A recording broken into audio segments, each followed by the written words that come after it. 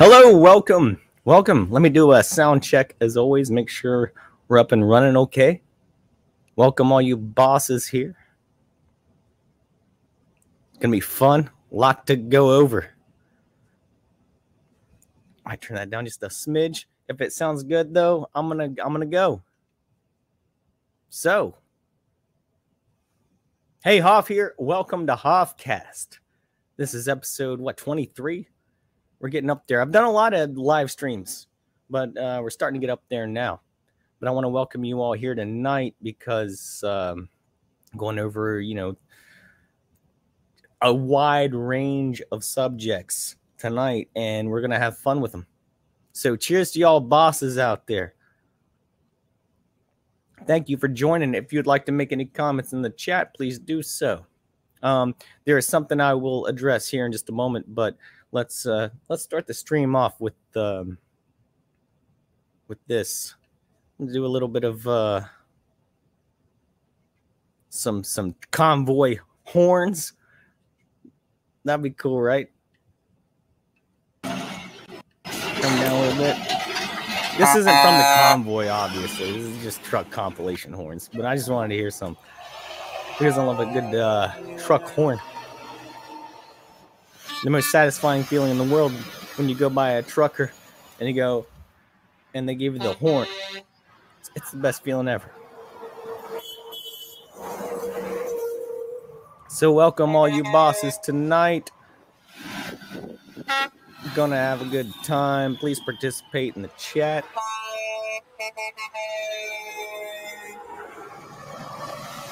So I work in an industry where trucks are very important.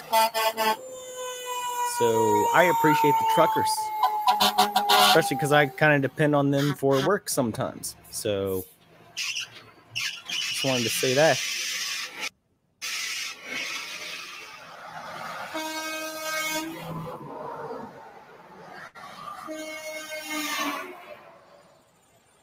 In fact, let me get the old trucker hat on here for him. Salute these guys here. Cheers to the truckers. I don't care where you're from, who you are, especially those ones in Canada. Especially you guys. Anyone who's participating in that. We'll get to more of that later. We're going to have it start off a little bit of fun. I do have to address something first. This horn is just completely interrupting me. What a jerk, this video that I put on interrupting me. I'll get more into the trucker stuff here later. Fifth 90, what's up, man? Got your daughter? Good. I mean, that's great. No, you spend time with them as much as you can. Watch Hoffcast later, but if you want to jump on for the after show, you're welcome to, for sure, man. He also says, if you want to have me live and clean up, since I got more of me bumming the, I don't know if you fuming the nice. I think that's what he meant. Well, maybe we can do that towards the end of the show, man. Maybe I'll consider that for sure. That's something we will consider that.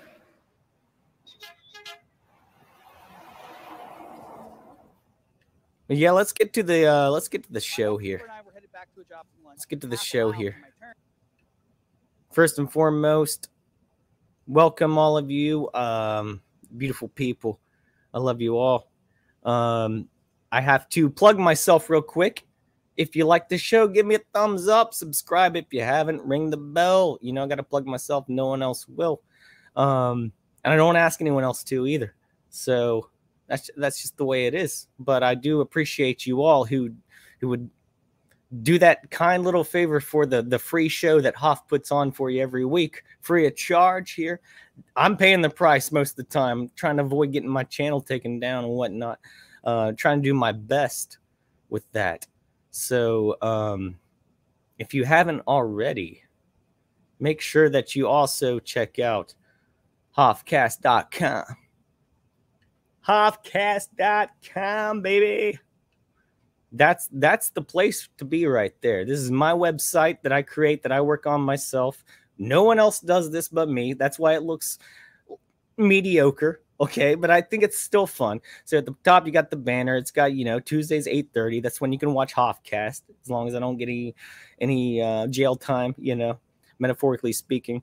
Here's Hoff Direct. That's where I can tell you what's going on in case I do, or anything else that's going on where I may have a delayed stream or an early stream if I got something else going on in my life, like previous plans or whatever. Then this week's live stream, you can find it right here underneath. And that's where you can, like, most of the time I'll upload the new one for this week the day before on Monday, so yesterday, but the rest of the time it'll be the old one up the rest of the week. Hoffcast exclusive videos. Those are ones that I don't really put up on YouTube.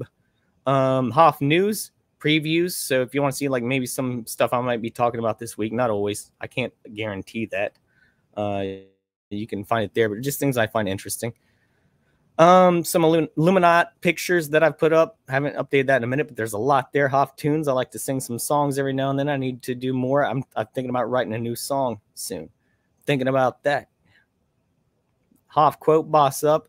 That's just something stupid quotes from your boy here. Sometimes I'll try to be insightful and you'll be like, what are you doing? You think you're freaking Nostradamus or something, Hoff? Yeah, I do. It's a boss up. Off picks, and that's my dog right there, and the Sphinx. Someone told me that the Sphinx is based on a dog, Anubis. So I still don't know for sure. Some say it's a lion, but either way, I thought that I love that picture. And then down at the bottom, connect with Hoffcast. You got the Twitter, or Instagram, Twitter, and YouTube. Like I said, I don't use those too much, but I do try to check them a few times a week if you want to try to contact me. So let's get into more of the show here. Fifth 90 says, bumming, as in, do you mean bumming or booming? I mean, it's just not a term I'm familiar with, as in not looking good. Clean up as in room, and mostly myself.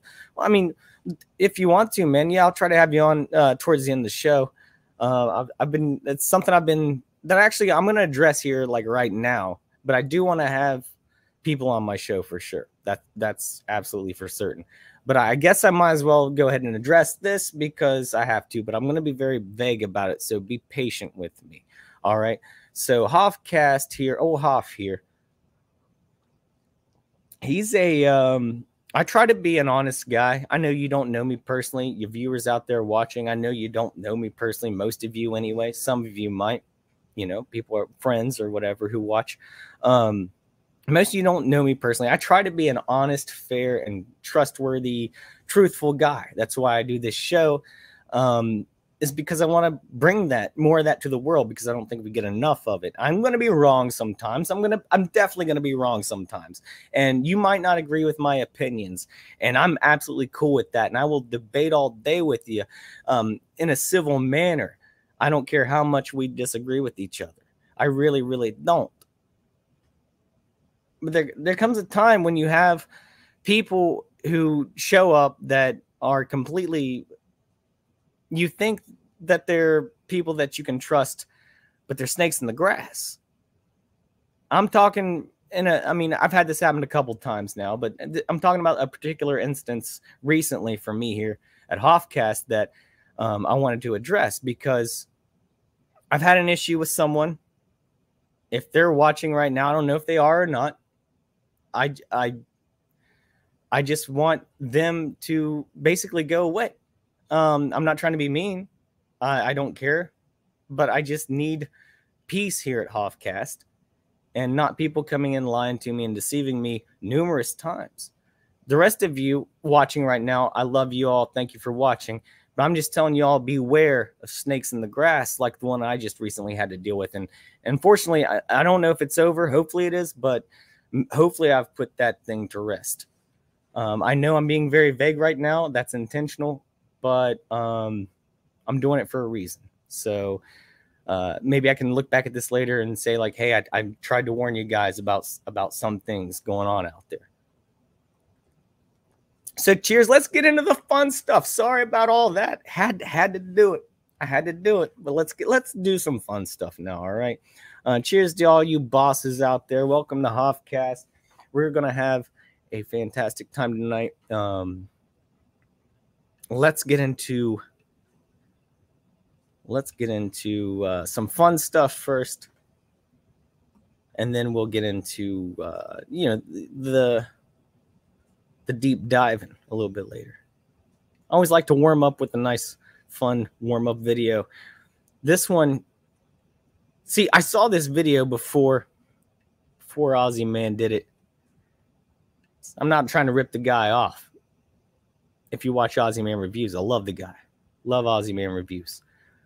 But I just thought this was interesting. If you haven't seen it yet, if you don't follow Aussie Man reviews, this is a crazy video. This is actually posted by Disclosure Screen, which I might show more of his videos later in the stream. But look at this thing right here. This is a work of nature, and it's just a bizarre scenario.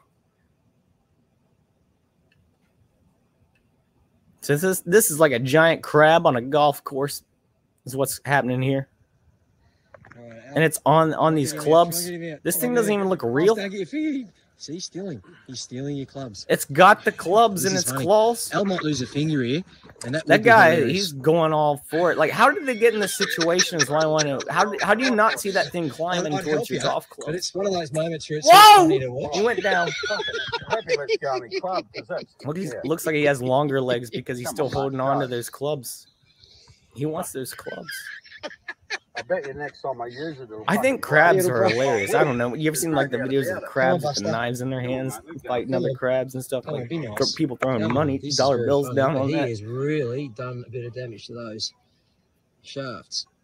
But that thing, like, you don't even think it's real at first. Then you see it, you're like, oh, that thing's real. Oh, crap. And then it's going off, dude. He's a damn thief. He's got two. Dang. He's greedy. The thing is, you can't trust a crab. That's why. What was the crab's name on SpongeBob? Oh, that's the driver. Mr. Krabs. You know, you couldn't trust him. He's money hungry. You know. I shouldn't laugh, but this is very funny. So no, driver. Oh no, he's broken. He snapped your. He snapped your. Snapped a club. Shaft, mate. I wouldn't mess with that thing, dude. That thing it's prehistoric. Like a chainsaw. It's crustacean, and it's not even in the water right now. Those things normally want to stick to water. He's out there. Oh! He just snapped it. Snap, dude. Do not mess with a crab. If you see. He's chewing through it. Get off my clubs. Dang, dude. They're gonna take over the world. Sea life one day, if they can find a way to come out of the oceans, they're gonna take over the world. You ever seen a mimic octopus? Those things can change colors in a heartbeat. They can mimic other fish and stuff. I like that club. Sea life's crazy. They got those alien-looking fish down there that light up. We're not getting that back. Looks like a big-ass spider. I'm not a big fan of spiders. Oh no! That's what's left of his. Miss Stephanie, hi. Thanks for being here tonight. Thank you. We're going to have a good show. Hope you can join in for a little bit. We got a lot to go over tonight. Be our Friday night trophy. Well, I'm fucking. Fuck. It's always funny when it happens to somebody else. Miss Stephanie, of course you noticed he's Australian. Parked right next to Crippy. Just give me your fucking head back. I love Australians. Australians are like some of the funniest people on the planet. They have the best senses of humor. I listen to like so many Australian podcasts just because they're the funniest people. Plus Aussie Man from Aussie Man Reviews, man. That guy's hilarious. He's stubborn, eh? Stubborn, eh? Oh, yeah, he's heavy, eh? Say Rise Up Lights. Old.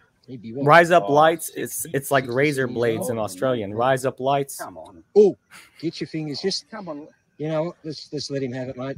Stephanie says, Sebastian's my boyfriend. Invite him over. Hey, okay. Hey, okay. Good to meet you. Howdy. Howdy, sir. Goodbye from Christmas Island. I got more people watching from down under than I do over here in the States now, I think. So thank you all. I appreciate it. Thank you for being here. Good stuff. I love Australia. I really do. I hope better things will happen to Australia. Let's get rid of this ad. Since 2002. I hope better things will happen to Australia. I hope things are good. Good things are happening to you right now in Australia, because I know it's like certain points. It's not like the entire country is under tyranny or whatever you want to say, but I know certain points are. So hopefully you're not in those points, and if you are, I mean, I don't know how to get out of that state. We're dealing with really like a global takeover right now. It starts with the countries that, like, and no offense to any other countries, but they don't have their Second Amendment. And here in America, we're fighting for it, like day in and day out, fighting for it. And then that's really, you know, people say, you know, even Joe Brandon over here says, well, if you don't need a Second Amendment to defend yourself from the government, because you'll need nukes and tanks if you want to do that. That's a threat, dude. F off, Brandon. F off. You know what I mean? But I do love Australians. I'd love to go there one day, man. Maybe in the future when things are a little bit lighter on the restrictions, I guess, because I think it's a beautiful place. And I think there's a lot. I'm really scared of the spiders out there, though. I don't want to go anywhere where there's spiders. So direct me away from the big ones. I don't want nothing to do with that. Like that crab. I don't want to see no spiders the size of that crab that it would just show. Miss Stephanie says, still not great. There's no food on the shelves. Well, we're getting that way, too. Unfortunately. We're seeing this is literally the end of the world, I think. Hey, I hate to say it, but I think this is the end of the world. It could be wrong. I hope not. I certainly hope not. Praise God. PG, baby. But oh, your boyfriend's American. He's in Texas. Well, cheers to you, sir. Cheers to you. There's good things in Texas, but that border is they gotta work on that border a little bit. We're doing it for years. So let's see what else we got going on. Speaking of Brandon here. Let's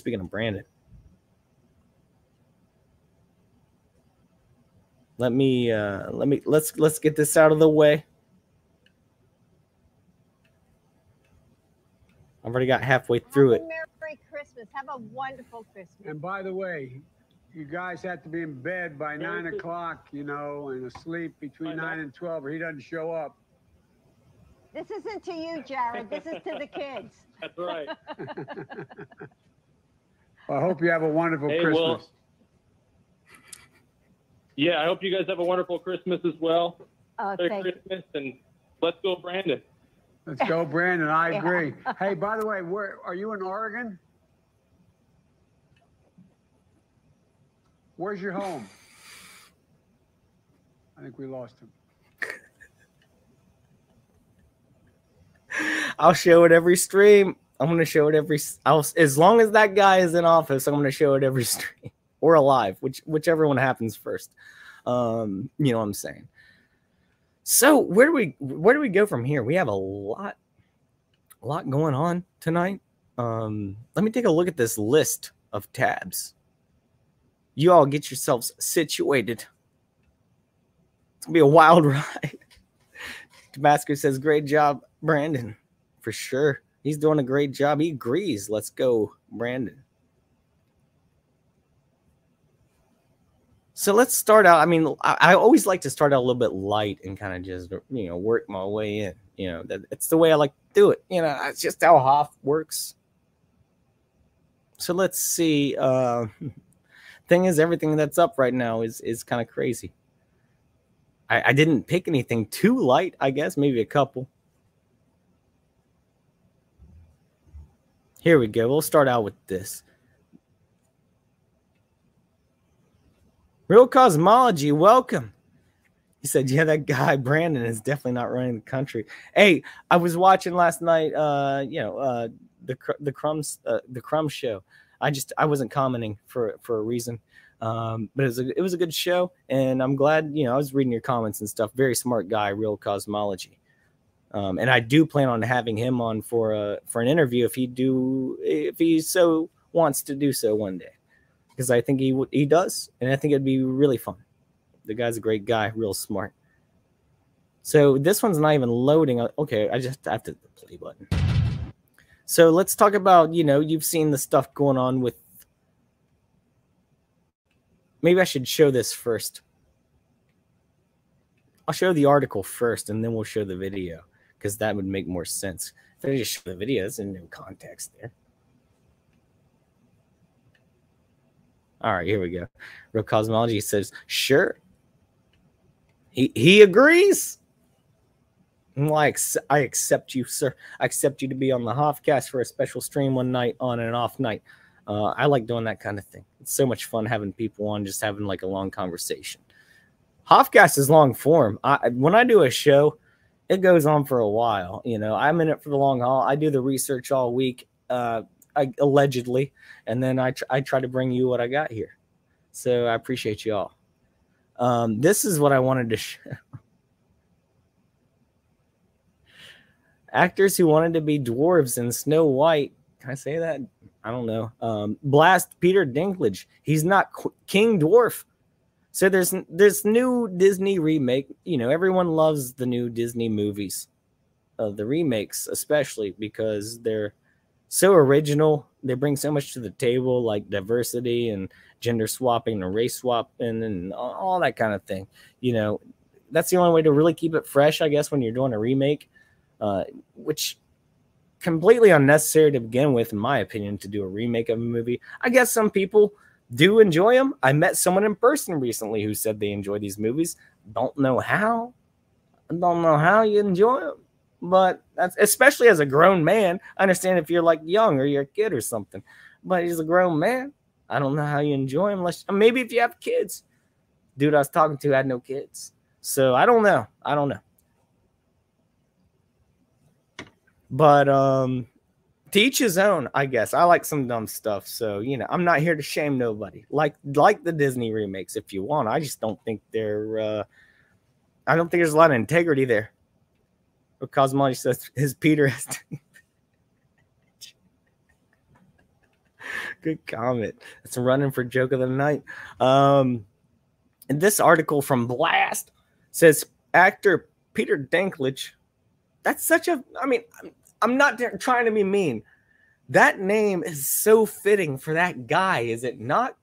Could you imagine him being named like Kevin Costner? No, he's obviously Peter Dinklage. I don't even know if that's his real name. It's too fitting. Probably is. But anyways, let's move on. Actor Peter Dinklage is in a lot of trouble with some actors who were looking forward to appearing in the live-action remake of the Disney animated classic Snow White and the Seven Dwarfs. Now, let me tell you, for me personally, Hoff here, I know I was never a big fan of Snow White and the Seven Dwarfs. You know, I was more into... I liked Aladdin. I liked The Lion King. I think that was about it. I liked Swamp Thing cartoons and X-Men cartoons when I was a kid, honestly. Wasn't too much into the Disney stuff a whole lot. So Peter Dinklage here criticizes Disney for creating a backwards story. Yeah, that's rich coming from this guy, this rich guy. He said that the portrayal of the dwarves in the Snow White story was demeaning. Well, why don't they just go back and then just erase the old cartoon or something? I don't understand.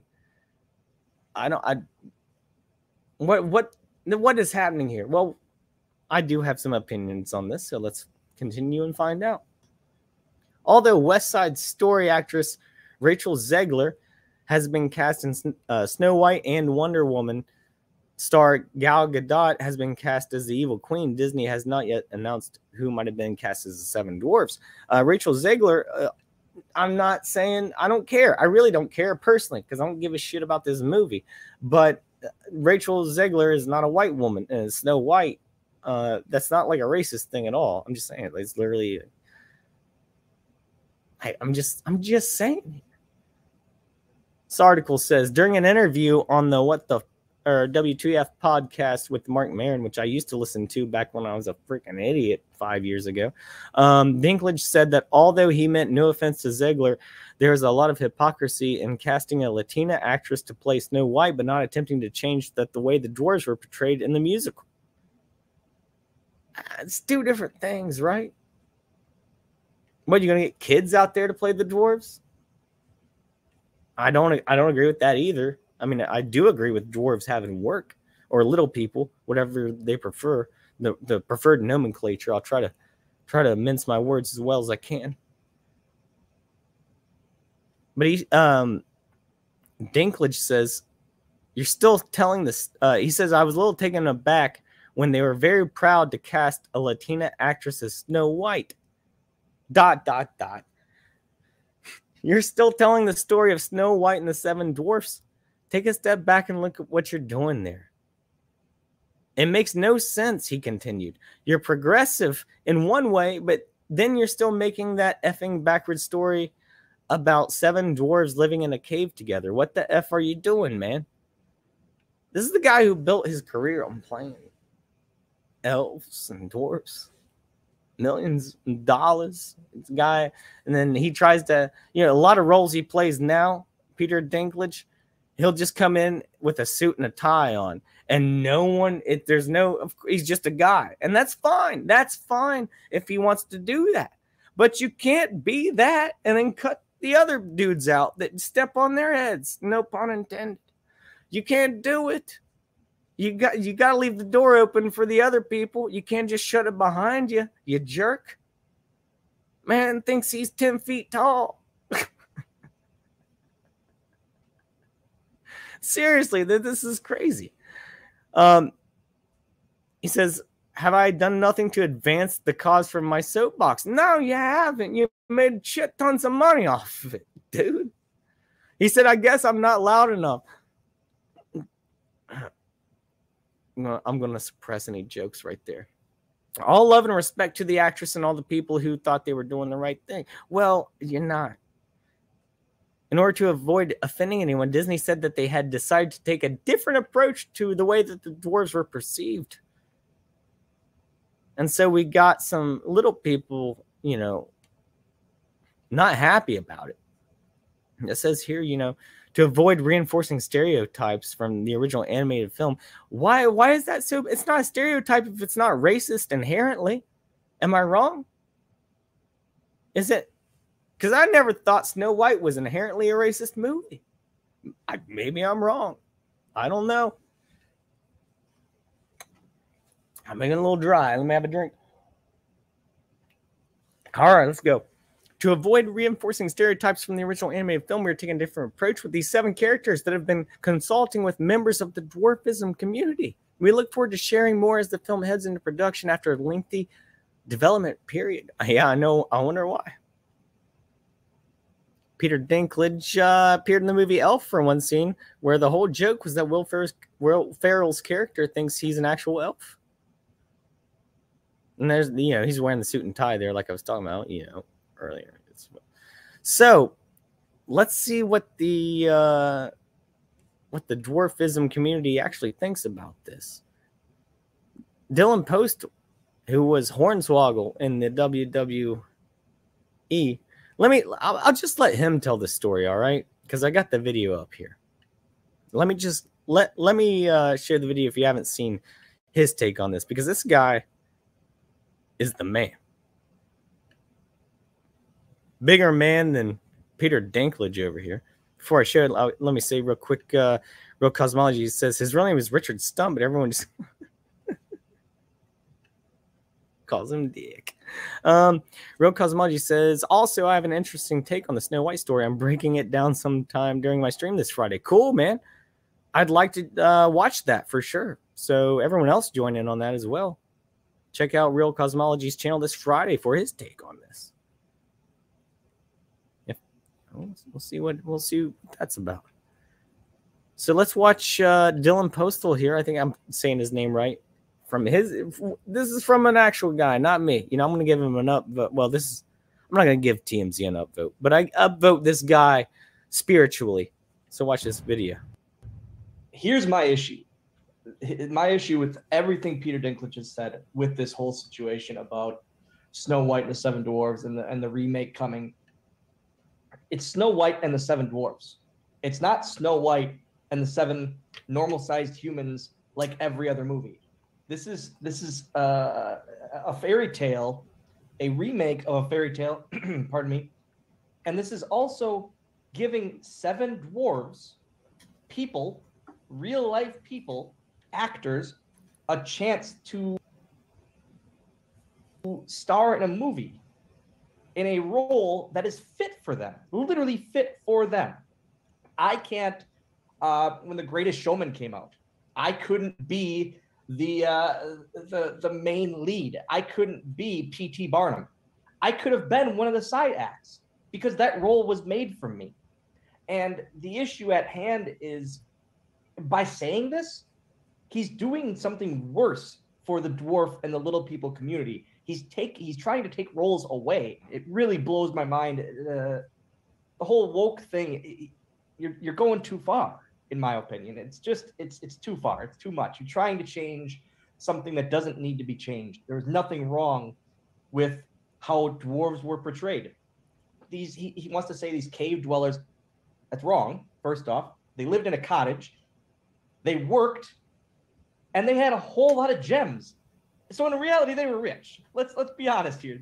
In a fairy tale world, these guys were rich, and they all had separate characteristics that really taught and made themselves different from each other. They weren't just one being of dwarves. He had no issue, absolutely no issue, being cast as a dwarf, an elf, when he was representing that whole situation. That paycheck cleared just fine. When he was in Game of Thrones, he had absolutely no issue in that role when it was casted for a dwarf. That paycheck cleared just fine. Now this all of a sudden is crazy? This needs to be changed for current culture? Come on now. Disney, reach out to me. I will take every dwarf role you want. It could be Snow White and 25 dwarves. I have 24 friends in the dwarf community that would do these roles. That's the issue here. You know, you're well, there, you heard it right from him. You heard it right from him right there. Do I need to say any more? Because I think that kind of covers all the bases. It's not just this one guy saying that either. A lot of the people in that community are saying these types of things. I'd like to say hello to Shane. What's up, my bro? I love you, man. I love you. Glad to see you here. Honestly, I'm glad. I hope you start some fire in the chat, as you do. Real Cosmology says Peter started a dwarf war, but something tells me it will be short-lived. Wow, and that was Real Cosmology's comment, not Hoff's. I didn't read it before I read it out loud, but it was still funny. This guy's going for joke of the night. I'm telling you. I stand. I support the little people. I'm with them. I really am. And I want to see them have work. It's tough for anyone to get work nowadays. And when everyone's trying to cancel everyone, like everything's got to just be like, we're literally just, we're just diving into this world where, and not that it's necessarily inherently wrong, but where everyone's just the same. Everyone looks the same color, same views. They were just robots, just like literally just all clones or something. Same opinions. We're all just led by the government. And that's all that we do. And any difference of opinion, well, you're a bigot, you're racist, you're sexist, homophobic, bigot. Like, you know what I mean? Like, that's what it is. That's not that. It's all being pushed on us, by the way. Most real people in this world do not feel that way about other people when they see someone that looks different than them in public. This is all very, what's the word I'm looking for? Superficial. And they know that they can kind of, with the social media involved, can delve into people's superficial mentalities and get the best of them, especially with all the way they're drugging up people in this day and age. It's all meant to divide and conquer, basically own us all, especially through the digital aspect. And if you think that this pandemic is ending, which, I mean, it's going to be with us forever. It's going to be like the flu or whatever, as they say. But if you think this is ending, it's not. And the next one's going to be digital, and they're going to wipe out. There's going to be hackers. There's going to be a lot of stuff going on with that, is my prediction. It's not just my own.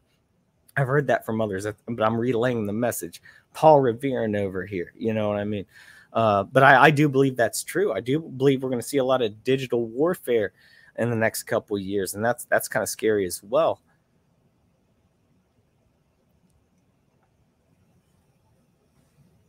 Let's see here. Miss Stephanie says, I wish he still wrestled. Yeah, Hornswoggle.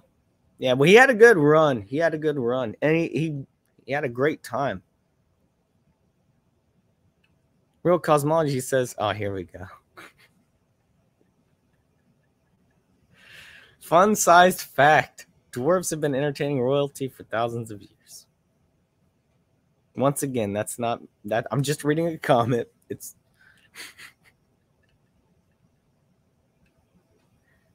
but speaking of social media and stuff, there's this one thing I wanted to bring this article up. Hopefully I still have it here.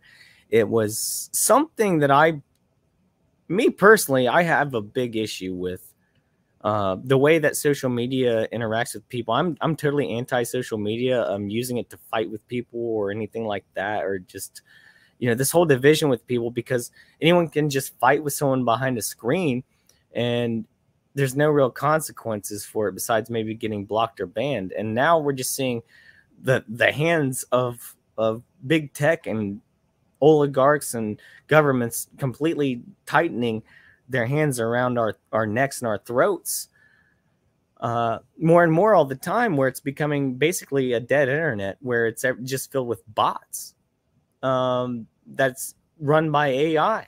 If you don't believe me, well, guess what? First of all, I've seen this firsthand a few times. But second of all, if you don't think that AI is a thing, if you look at every single one of my thumbnails that I use for my videos, a little behind the scenes tidbit for you here for Hoffcast, my thumbnails are actually AI created by an app called Wombo or something like that, where I basically go in and I just put in some words that I want the theme of my show to be. And now I got like a few of them going in sequence throughout my my thumbnails. I think it kind of tells a cool little sci-fi story, but I digress. Let's get back to this here about social media and just kind of the way that it's kind of, I don't believe it's good for people. I really don't. This one's from the New York Post here. It says tragic self-offing of ex-Miss USA again shows corrosive influence of social media. It says when a young, accomplished, highly educated beauty queen, a literal beauty queen, takes her life over cyberbullying, it's time we treat big tech like tobacco. Name it, shame it, sue it, and legislate for public health. Well, it's not going too good for them on either front, is it? There's more than enough evidence that social media is toxic by design, that Mark Zuckerberg is a psychopath, that online induced are regarded as little more than collateral damage. What else needs to happen? What else needs to pass for Congress to show some teeth? So we, Instagram, make body issues worse for 1 in 3 teenage girls. What?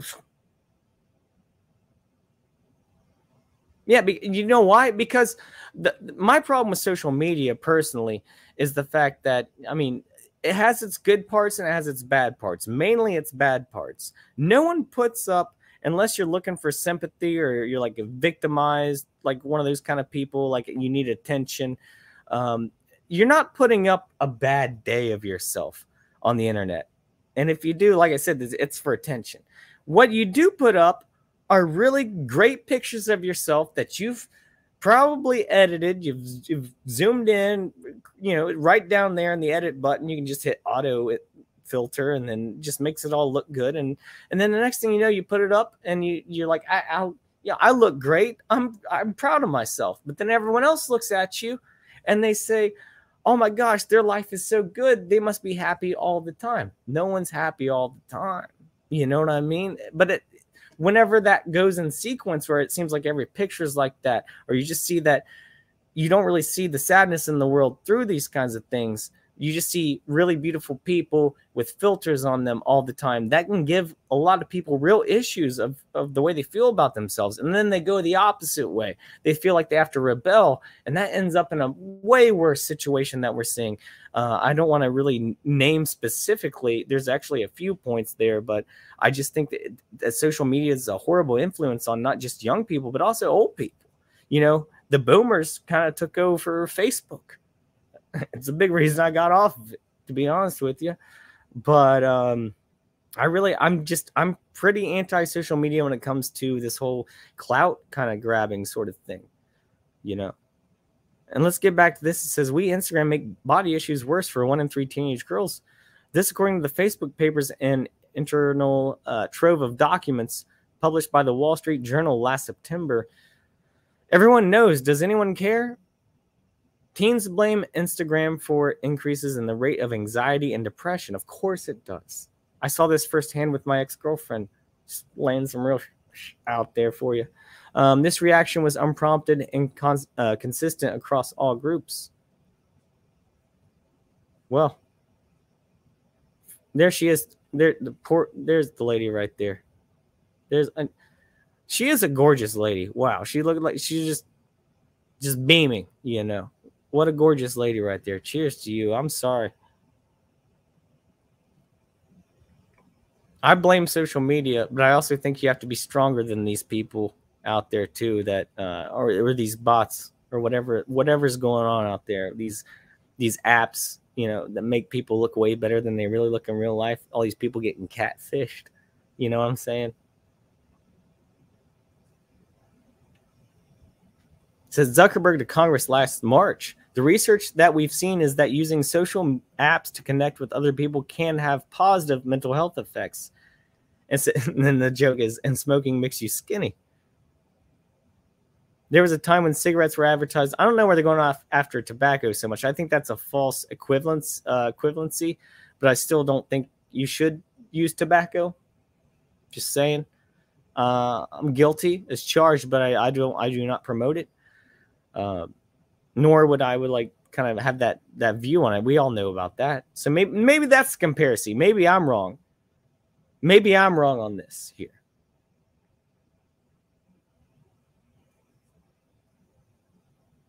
It says, where's our national health report on the dangers of social media? Oh, wait, we already have one because Facebook secretly commissioned it, allegedly, and tried to bury it. Well, they basically are anyway. I don't think it was secret, you know. The day before a 12-year-old hanged herself in 2017, she came to her parents in tears, cell phone in hand. 12-year-old. I don't want to get into that too much. That's just and there's that creep right there. That alien. I don't know if he's an alien or if he's a lizard person or a robot. You tell me in the chat what you think that Mark Zuckerberg is. Do you think he's an alien, a robot, or a lizard person? Because he's got to be one. He's not human. That's for sure. We can get maybe a tally on the chat on that. That'd be cool. I'd like to see what the most popular response. My opinion is I think he's a lizard person. That's my opinion. But yeah, I just wanted to bring that up because like I'm pretty against social media, and I didn't want to get like too dark there, you know, with anything. But I do know the negative effects of it, and it's just like a lot of warfare, a lot of people fighting, and it's really, really, really sad kind of to see this going on, literally like the fourth industrial revolution with all this stuff that's happening right now, and the NW, you know what I'm saying, the new world thing, the plan, it's happening, and this didn't happen overnight. This has been happening for decades. It seems obvious now, and I wish it was obvious prior to now. But the thing is, maybe it's obvious to me. Maybe it's not obvious to you or a lot of people. Maybe it's not obvious to some people you know. That's why we got to try to have civilized conversation maybe with people, not attack anyone. I don't think our side, our view, the people who think like us, I don't think we really think in an attack sort of way most of the time.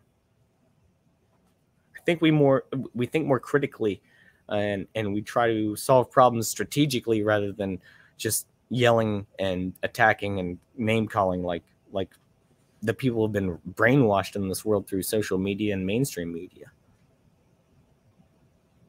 Allegedly, that's just my opinion. Thank you all for being here. Shane said social media is a disaster for everyone. It really is. No one wins. No one wins in social media. Maybe the advertisers, I think, and the government and the FBI, allegedly, win in social media. And that's about it. Everyone else loses, you know. Maybe some of these models, they make money, I'm sure. But everyone else out there just bickering and bannering and willy-nilly out there. Rabble. And, you know, everyone's right. Everyone's wrong. That's the whole point of it all. That's the whole point. Even though now the censorship is off the charts, which is a even crazier thing because they want to funnel people down into a certain way of thinking, which is even scarier than letting people just rant and rave about things online, you know? I don't know. It's kind of like it's all a big debate, right? That's why we have these debates, just like anything from gun laws to pro-life, pro-choice to social media. That's why we have these debates, is because there's benefits. If there would be no benefit or debate if there was no benefit to a certain side, or like someone saw it that way, to one way or another. I am personally on certain things, but I don't really. There are certain things that I personally Hoff doesn't want to really address, other than I believe in complete freedom. And that's what I think. Freedom of choice, freedom of religion, freedom, to be safe from the government that tries to control you. Shane also said, he said sad stuff on that lady. Yeah, she seemed like she had a bright future ahead of her. I wish that hadn't got the best of that lady. That's the sad thing. Shane also says, take away social media for a year and see how much more peaceful it is in the world. Well, that's what I was just kind of talking about with the digital cyber attack, the digital pandemic that is probably going to hit us in the next year or two. Allegedly. That seems to be the plan of the World Economic Forum led by Klaus Schwab, who said that if they think that this core pandemic is bad, then it's child's play compared to what we'll see in a digital pandemic, where basically all of our phones and internet and power will get shut off, and all of our records or accounts, everything, all the digital stuff that we've been building for the past couple decades or so will just be completely erased or compromised to people to steal by alleged hackers from who knows where, and that's going to be the real question, is who are they going to blame for this? Because there's always going to be someone to blame, even though every country does it, you know what I mean? But there's always going to be someone they're going to put the blame on. Probably every country is going to blame every other country to be another world war or something. That's just my prediction. I don't know if that's going to happen or not. Hopefully not. Hopefully not. Hopefully I'm wrong on this. I don't want to be so wrong on this. I just see the path it's going. I've been doing my research. I kind of know. I know what. I kind of know how the game is played at this point, and it's not always 100%. Right. The needle's not always right on the on the line there, but then you get pretty close and you see where they're heading with things, and sometimes they'll try to throw you a curveball on purpose. So welcome to all out there. My dog, she's got her drink of water. My dog Kira, I love her so much. If you're just joining in, thank you so much for watching. We still got so much more here on Hoffcast, and cheers to you. If you haven't yet, do me a favor, Hoffcast free. He works hard on this every week. Give me a thumbs up and sub. If you want to go the extra mile, give him the share and the ring the bell. But I'm not even going to ask for that. That's going the extra mile. That's too much to ask. But I think it's very easy to just rub that sub button, make it gray. Yeah. So cheers to you bosses out there for hanging out with me tonight. I'm actually I'm behind schedule. We're not even going to get close to everything that I wanted to talk about tonight. So that's the way it is sometimes. I did over prepare. And before the stream tonight, I was like, how much? I got so much. I need to figure out how to curate better, because I'm not doing a good job at it. Because I just I see everything. I'm like, I want to talk about that. I want to talk about that. I want to have a discussion about that. So let's do it. Well, actually, a couple more comments. Read a couple more comments. Real Cosmology said, I think if the internet shut off, crime would skyrocket. Most people get their wicked energy out with this stuff, films and prawn turn that off and they have no outlet. Well, they've been conditioned to that too now. They've been conditioned for that, in my opinion. I was thinking earlier about how these masks on children, very young children in schools, are going to affect them later on when it comes to their mentality and their social aspect. I don't know anything on that. I was just thinking about it, how that would affect these kids, because I don't know. Hopefully not too much, but I couldn't imagine being a child and being forced to mask up and not see my friends, or like, I can't even do that as an adult, let alone as a child. Like, I couldn't even imagine doing that. I feel so sorry for this generation. I'm lucky enough to be my age where I'm fighting and I have the choice rather than being forced. I mean, I think a lot of us are. I mean, most of you watching here, but you got to think the real battle that's going on isn't just for this generation. It's for the ones coming, because they're getting forced into who knows what's going to happen to them when they get all this stuff, and the way they've been treated as kids, because they haven't been treated as kids. That's for sure. By the way, I don't even like kids. I might have one day. I don't even like kids, but I still, I still have like a place in my heart for them, I guess. I mean, I think they're gross and dirty, and they're loud and rude. They're like me belligerently drunk. That's kids, and I hate myself when I'm belligerently drunk. So why would I like kids? It's true though. But seriously though, I do care about them, and I don't want to see this next generation grow up to be some crazy stuff, Lisween, what's up, my guy? What's up? You send me so much great information. I do try to look at it and process it, but like some of it's really deep, man. But it's always an absolute pleasure to have you here, man. 100%. So I'm glad you're here. I'm glad you're all here tonight. What a great stream we're having. Shane says, never said take away prawn or films, just Facebook, Twitter, and whatever other sites are like that. That's true, but I think all of it's kind of going that direction. I think every aspect of not just social media, but the internet is being more controlled. Even when it comes to prawn or Facebook, Twitter, or even just Google itself, when you try to Google something and it says it has like 1 billion results in 0.0004 seconds, and you look at the results and there's 25 results. I'm like, where's the other billion results, bro? Where are they? I can't find them. The page ends at 7. So I don't know where these other billion results are, but you're not showing them to me. That's for sure. Wonder why. I wonder why.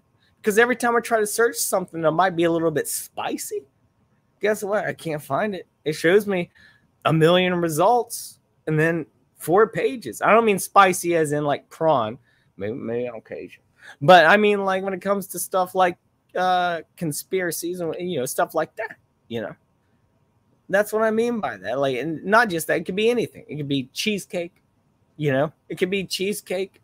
They'll be limiting that stuff to whoever's paying the most to have the highest cheesecake page. Probably the Cheesecake Factory, I'm guessing. Or Enemans, something like that. I don't know.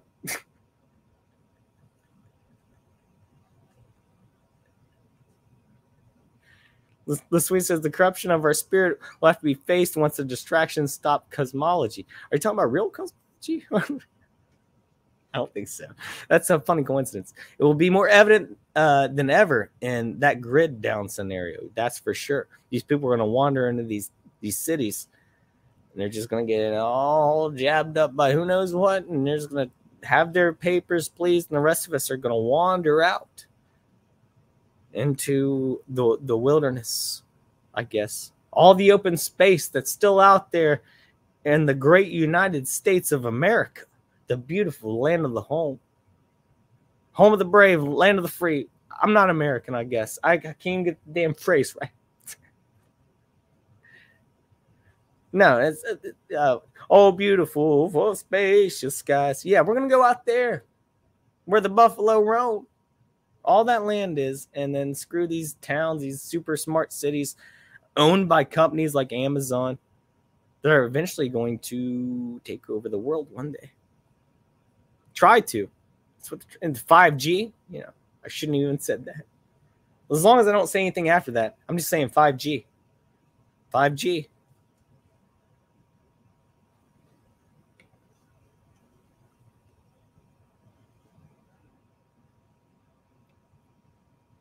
Real Cosmology says, as Shane, if they have no social media, then they will start yelling at people on the street. Social media is a mental container. Oh, that's a good point. I mean, good point.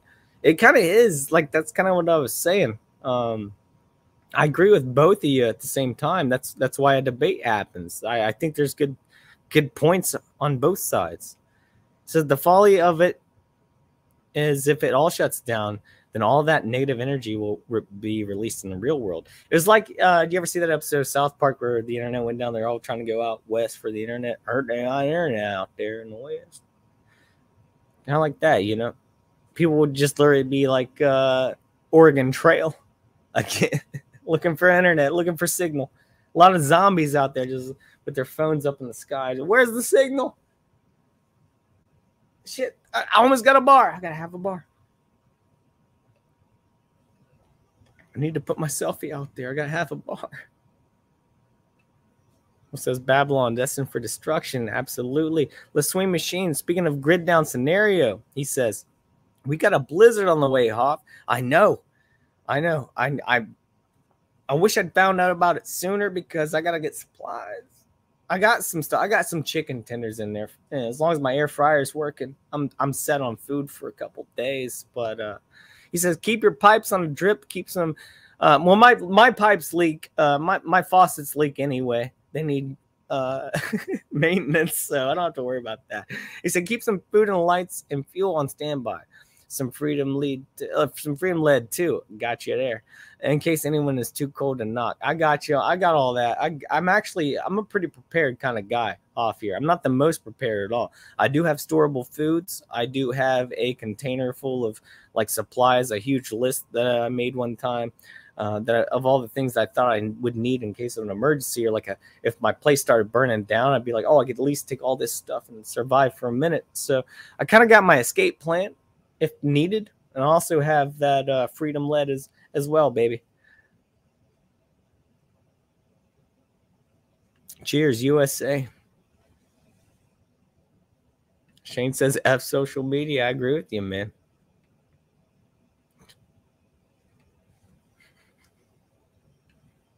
So let's get back into some articles here, some news and stuff. Where do I go from that? We went on a tangent there. I loved it though. I love talking to the chat. Let's see here. We went through the let's get into the Neil Young stuff, the Joe Rogan Neil Young stuff for a minute, and then we'll get into the trucker stuff. Let's give me a little bit of layout here because I'm thinking about it in my head right now. I'm going to tie some of this stuff around. This is going to be good. It's going to be real good. Because I wanted to do a follow-up on this last week. But it was like the day after I did my show on Tuesday that all this went down. I just didn't have time. So here we go. So if you know the whole thing, you know, I was talking about last week. Neil Young, old man. Didn't want to be on the same platform as Joe Rogan, Spotify, because Joe Rogan is killing it on Spotify. Killing it. And he has so much influence. He's being attacked right now. No one would give a crap about Joe Rogan. He's still hosting Fear Factor. No one give a crap about that. But now that he's not even offensive.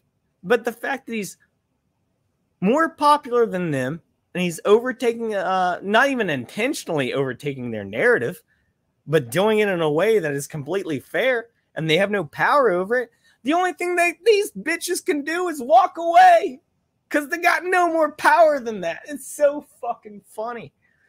The only thing they can do is to walk away.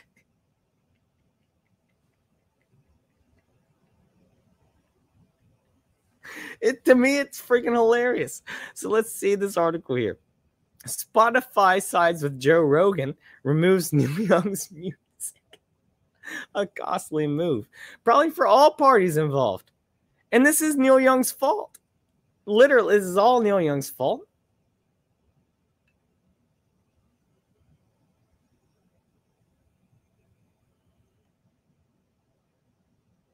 He said the legendary folk singer can't sing worth a damn, by the way.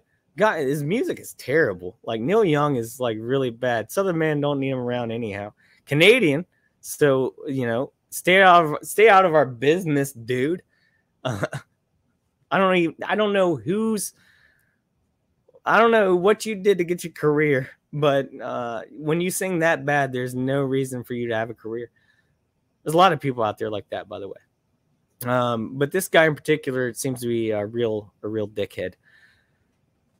Legendary folk singer gave the streaming behemoth an ultimatum earlier this week, saying he refused to allow his music on the same platform as Joe Rogan. Of course, we already went through all this. But yeah, so Spotify dropped his ass. They're like, okay, if that's what you want, that's what you'll get, bro.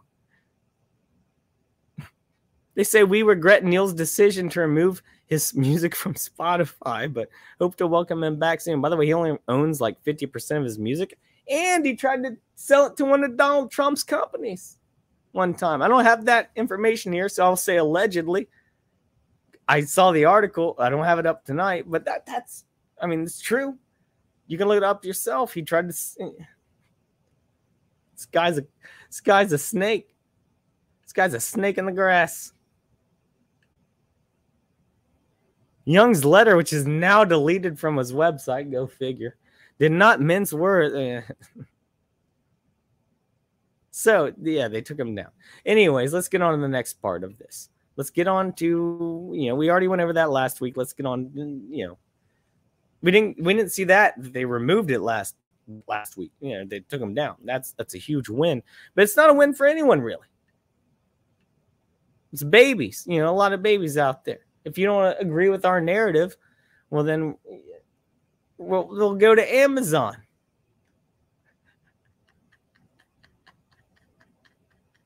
Can you believe this? Can you freaking believe this?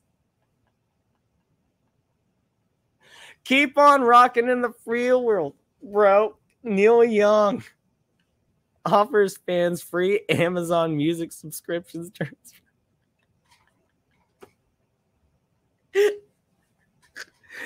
Dude, this guy.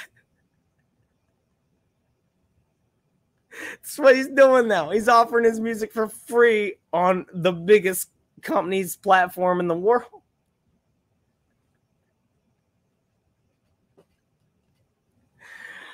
Oh my gosh, that's so sad. This is so sad. Look at this. Neil Young encouraged fans looking for my music to sign up for Amazon streaming service, noting all new listeners will get 4 months free. He's real desperate. Dang, man. Said, yeah, the 76-year-old musician pulled his music. I don't know if he did. I don't know what is going on. I don't know if this is all. I don't even know if that was his opinion to do that. I think they're all these people are owned, and Rogan isn't, unless you want to call him controlled opposition, like a lot of people do. There's some really, really black-pilled people out there that call even people who agree with our side controlled opposition. I hate to see that, because when you know you're right about something, you hate to see, and not everyone, I know there's a lot of different facets to the world we live in, but when you see the people trying to do right in this world and you call them controlled opposition, you know, it's I don't know, man. I see where you're coming from on one point, where you see it's all just like 1984 and it's all meant to just control and divide, but some of the facts don't add up, or some of the facts do add up, and you see that not everyone's a bad guy, you know. I'm not saying Joe Rogan's a good guy either, or anyone like AJ or something. I'm just saying they're part of the fight that we're in. I feel like if you're watching, if you agree with this channel, you know, that's the way I feel.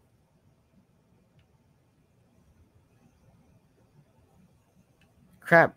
It said zoom in on his face. I didn't see what you were talking. I'm sorry, man. What did I miss there? I think I already clicked out of it. My bad, man. I did want to share this video. Not the whole video, but Joe Rogan actually talking about this stuff, because I like to keep my my streams coherent. I like to show everything that's going on and not just do parts and bits and pieces, because I like to have the full story if I want to just rant and rave about something like a madman, as I do. So here's Joe Rogan.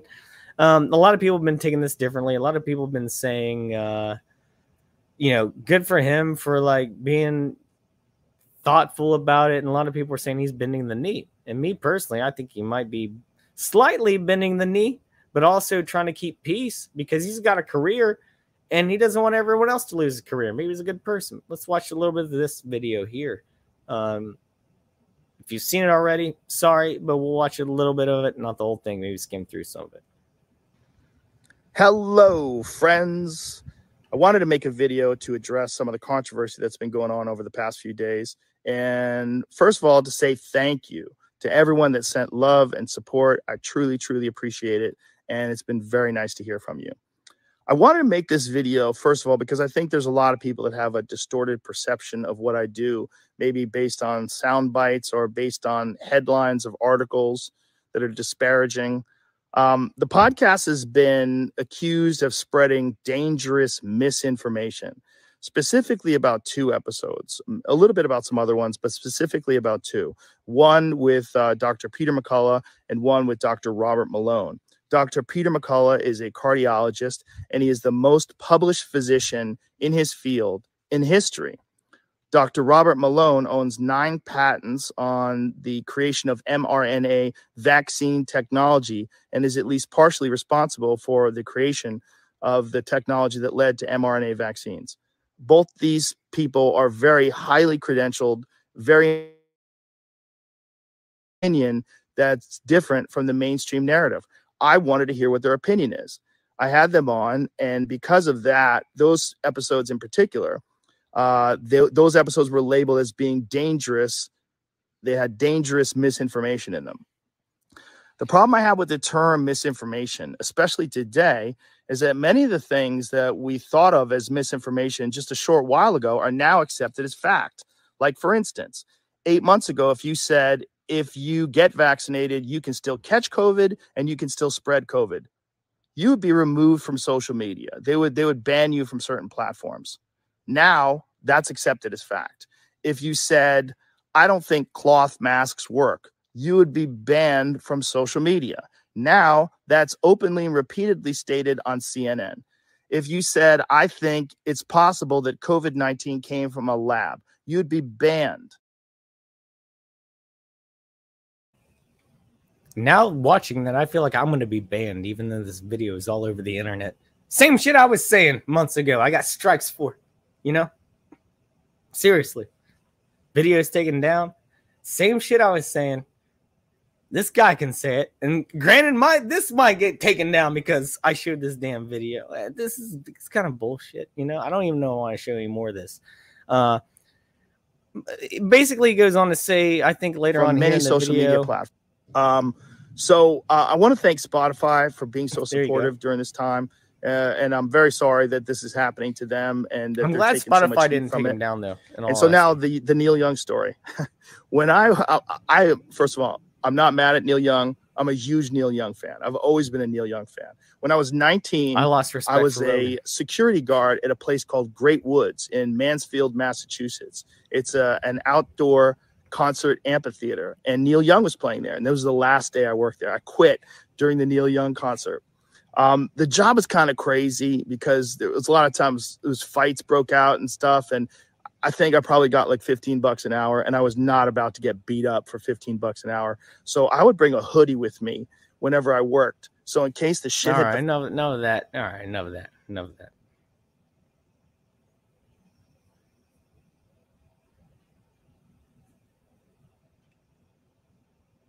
Sween, he says, prior to the alleged ratification of the 14th Amendment, there was no legal definition of a citizen of the United States, as everyone had primary citizenship of one of the several states. That's odd. You know, I mean, maybe we should have more of a defined sort of thing there. I don't know, especially with the open borders. He also says the Constitution referred to the sovereign state citizen and no one else. Those who went to Washington, D.C. I see what you're saying, man.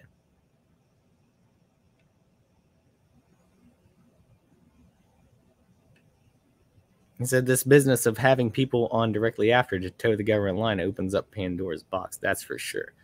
I wanted to show another good video tonight. Another one that kind of like gets me pumped up.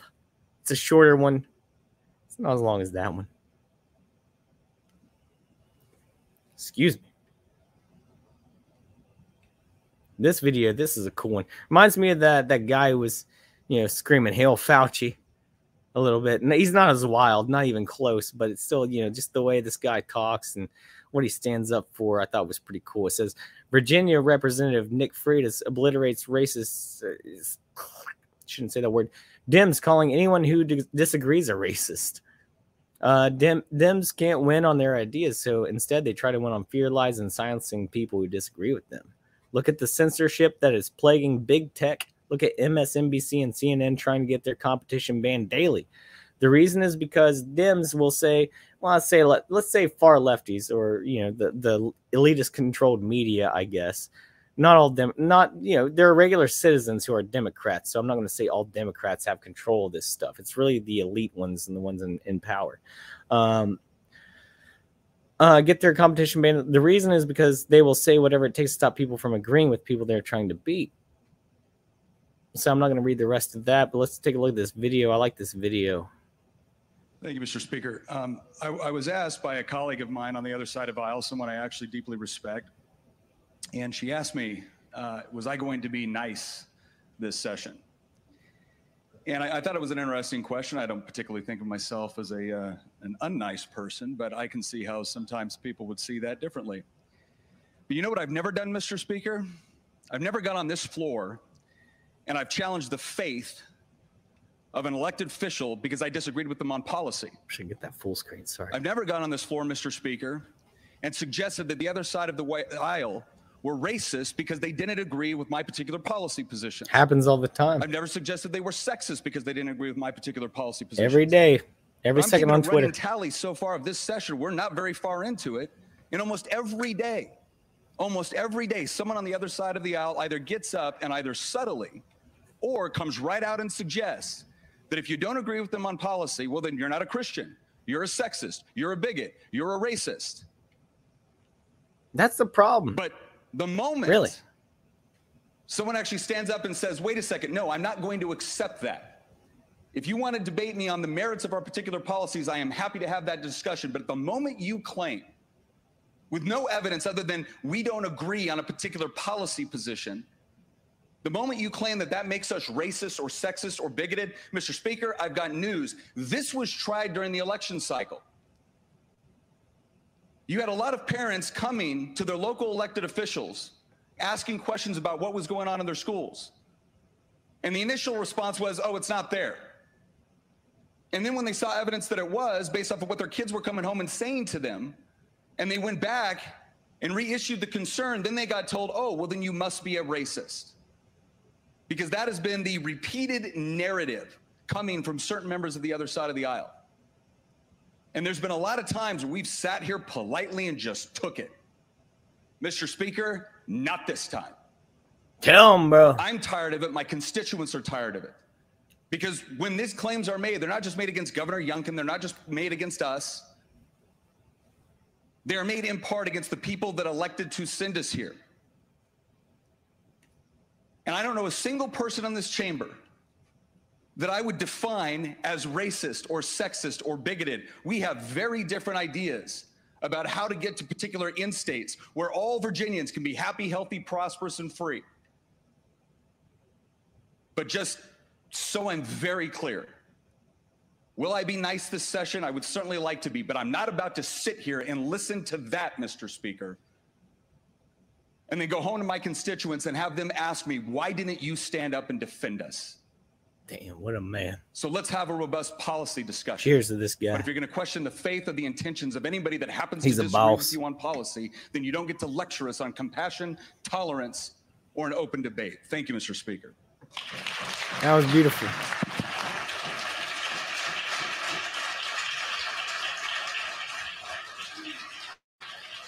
The applause was grand. The applause was grand. More people need to stand up, man. I don't know what else to say. I'm trying my best. I don't know what else to do. If I can figure it out, you know. Hoff's just here trying to have conversation, maybe a little debate, try to figure things out in the world, you know. So we still got a lot going on. If you're just now joining in, thank you for watching tonight. This Hoffcast, if you're watching, you're a boss. Cheers to you. Do me that favor, give me that thumbs up button or sub if you haven't yet.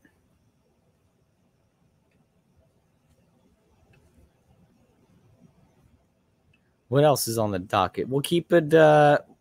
See, we're gonna go deep here in a minute. I'm still holding off on that for a second because I know that's gonna take a minute, and that's all gonna take a big minute there. So let's look at this one. This article might not appeal to everyone, but I found it pretty weird. I think the video is in here in this article. Yes, it is. Let's watch this. Let's go over this one. This is pretty crazy. Ezra Miller. See, I'm more of a Marvel guy than DC, but I don't really watch either anymore. Was back in the day. DC's still good though. DC's still good. They had some, the Nolan Batman trilogy. Good stuff, you know.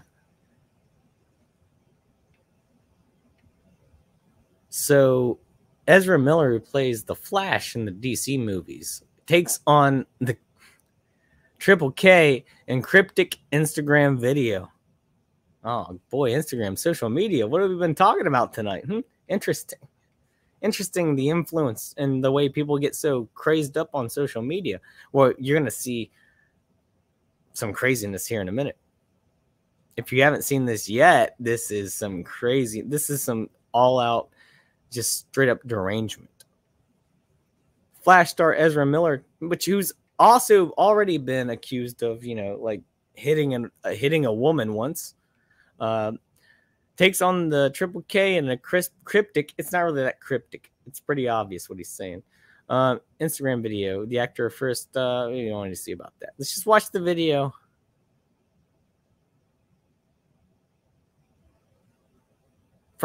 He's taken on a very specific group in North Carolina, and let me tell you what. Before we show this video of Ezra Miller, this guy is a straight up man. There's nothing feminine about him at all. There's nothing about him that is beta cuck or wimpy or anything like that. This guy is a real man standing up against oppression on Instagram, against oppression that he's not gonna fight. Hi, this is Ezra Miller, aka the Bengal Ghouls, the Mad Goose Wizard, and this is a message for the Beulahville chapter of the North Carolina Ku Klux Klan. Hello, first of all, how are y'all doing? This guy's a clown. No, he's a strong man. He's a strong look, if man. y'all want to die, I suggest just killing yourselves with your own guns. Okay? Otherwise,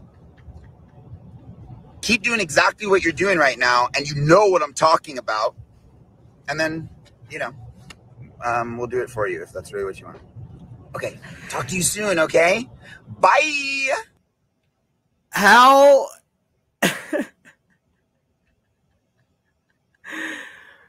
embarrassing. How can you be like mentally stable, put something like that on social media? Talking about killing people? Bro, dude. I've been I've had more strikes because I told the news than you've had bans for threats against people's literal lives that you don't even know. And I'm not defending. I am not defending the Triple K whatsoever, because I don't know about this group either. Apparently, they're not big enough or powerful enough or hateful enough for me to ever have heard about. You know? So why am I don't even, it's the first time I've heard of these people when this psychopath brings them up. I'm not defending them. I'm just saying, where are the goalposts? What happens here? Is Ezra Miller really going to march into a Triple K meeting and kill people? I would love to see that movie. That's an Ezra Miller movie I would watch if it's a documentary for sure. These Hollywood people are clowns, bro. They are insane. They're psychopaths. Maybe this guy was MK Ultra'd for all I know. Like, what? Let's watch this. Let's watch it again if we can't. It's so crazy. It's so crazy. I don't know if it'll let me because we're gonna keep doing ads and stuff. I wasn't signed into Instagram because I don't like to be. I'll refresh it. We'll watch it again. Because I want to break this one down, because this is some really, really, like, this person needs to be in a mental institution. Here we go. Hi. Hi. This is Ezra Miller, aka No the Bengal balls. Ghouls, Ezra Miller, the Mad Goose Wizard, and the what? The Mad Goose Wizard? What did you just say? I don't know. Eulaville chapter of the North Carolina Ku Klux Klan. His chains. Illuminate Hello. confirmed. First of all, how are y'all doing? It's me. Look, if y'all want to die, I suggest just killing yourselves with your own guns. Okay? Otherwise, keep doing exactly what you're doing right now, and you know what I'm talking about.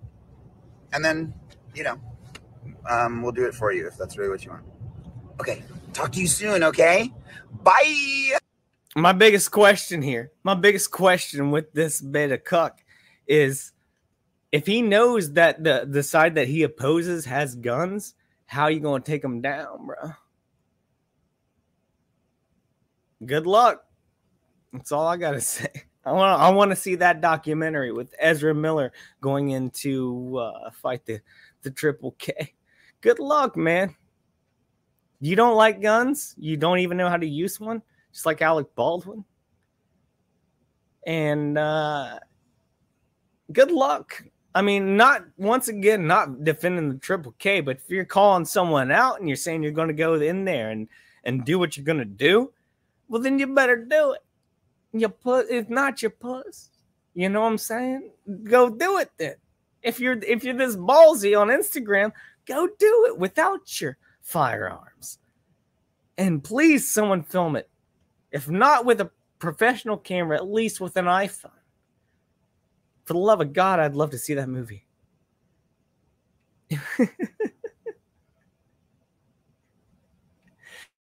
It would be so good. It would be the film of the year. Probably win no awards, but I would give it movie of the year. All right, everyone. Let's do a couple chats here, and then we'll get into the main subject, and then we'll see where we go from there. Cheers to you bosses out there. What a great stream we're having tonight. I'm having a good time. I'm having a great time. Shane said it's perfectly fine. Yeah, of course. To the libs, of course.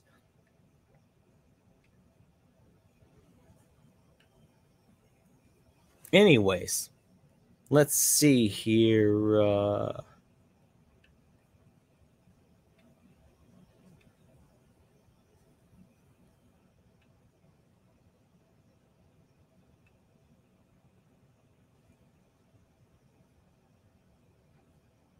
We'll do this fun one here.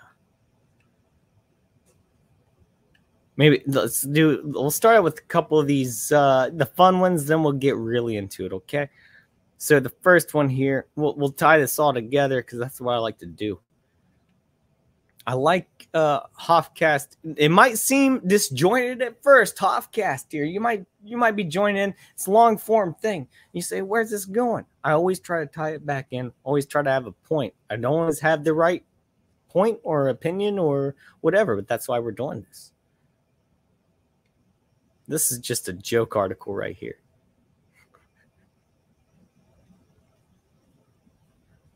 Says Biden. This is by the Babylon Bee, of course. Satire, not real.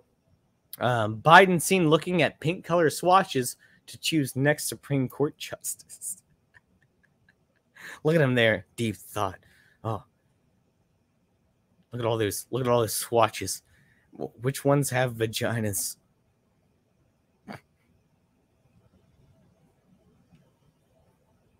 He says, earlier this week, President Brandon was spotted at Home Depot using, satire again, using color swatches to help him choose his next Supreme Court justice.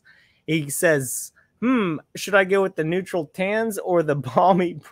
I can't even say this. Everything is riding on this. Store employees report the alleged president was looking through the swatches for hours, only stopping to eat ice cream. Secret Service agents blocked off the aisle and refused to let other customers shop for their home projects. Brandon reportedly asked for an employee for help, but the white man was too afraid to risk being accidentally racist. Good call, white man. Good call, white boy. Home Depot associate said of his encounter, he was just trying to ask what was the best shade of dark for total submissiveness to his. I can't even read this, man. I can't even read it. If you can read it on here, go ahead. I can't even read this out loud, though.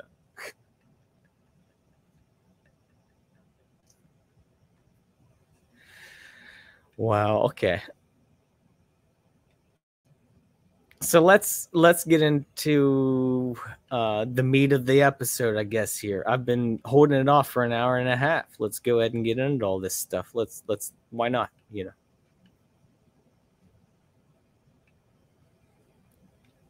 Great freaking show tonight. Cheers to you bosses out there. Where do I start with this?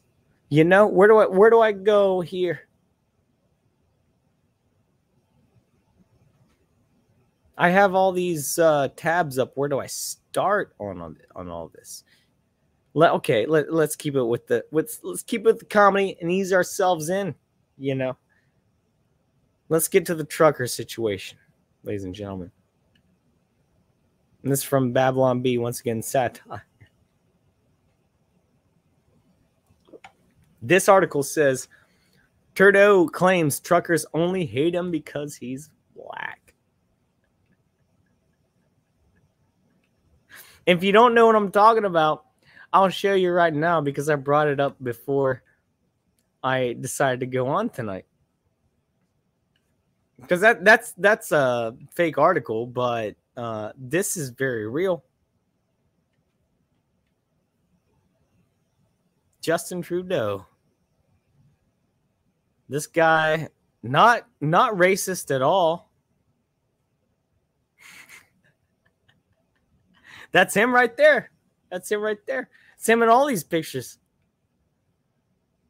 What is he? What the fuck is he doing over here? Like he's like religious. Like he has an actual relationship with the Holy Spirit. Come on, get the hell out of here, dude.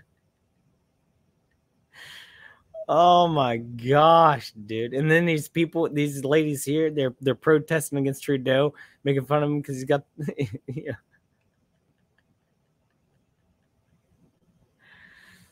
Yeah, that's the Canadian Prime Minister who Canadian Prime Ministers have no term limits.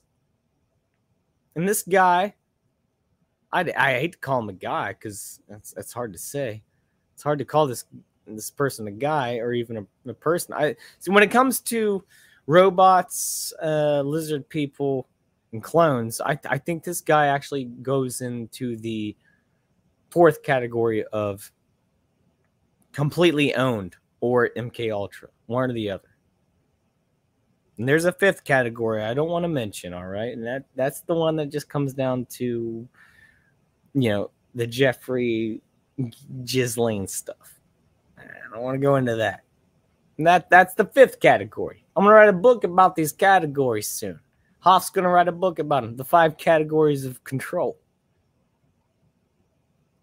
Check it out on Amazon or Kindle in 2023. I will write that book, though. I'm thinking about doing it now. It's a great idea. So, yeah, there you go. There's Justin Trudeau. This guy's a spineless jellyfish coward. He's not a leader of anyone, let alone men or a country. I don't know how he got to his position. Like I said, one of those 5 categories. How do you get to your position? Like, dude, he's done it numerous times. Numerous times. This guy is.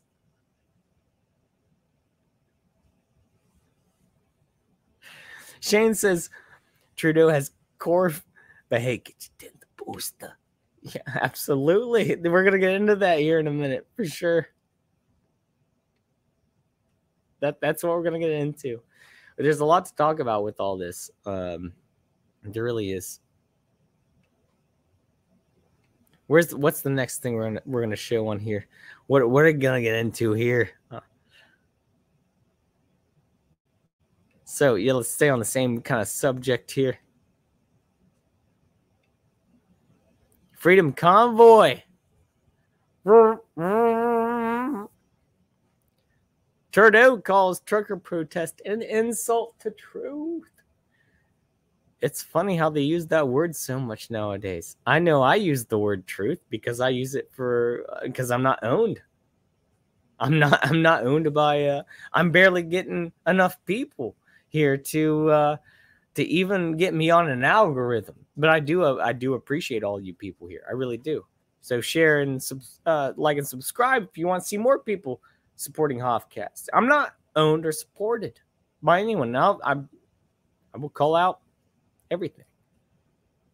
And once again, I will tell you if I'm wrong in a freaking heartbeat, because I will be wrong. But that's the whole point of learning all this and figuring it all out, is to, you know, you can't think you're right all the time. If you think you're right every time you go into a situation, you have no room to grow or to learn anything. And you're going to block off the part of your mind where, like, hey, I might be wrong about this. That's how I got red pilled myself. So I used to be on the other side because I was raised that way. And then eventually, you know, I kind of just, like, they say, don't do the research. No, do the research. They try to take that kind of mentality down nowadays in the media, and these big people, they're like, hey, don't do the research. Don't look into things. I think like Ethan Klein, I've wanted to do some stuff on that guy, but I won't because I don't like to punch down, even though he's got a billion subscribers. But I feel like still going at that guy is punching down because he's such a retard. No offense. These people will literally just get on their knees for whatever they need in order to push this narrative that is completely controlled by the upper echelon of not even our own governors, mayors, or presidents, but it goes above that. And that's why I want to do more on like Klaus Schwab and stuff like that.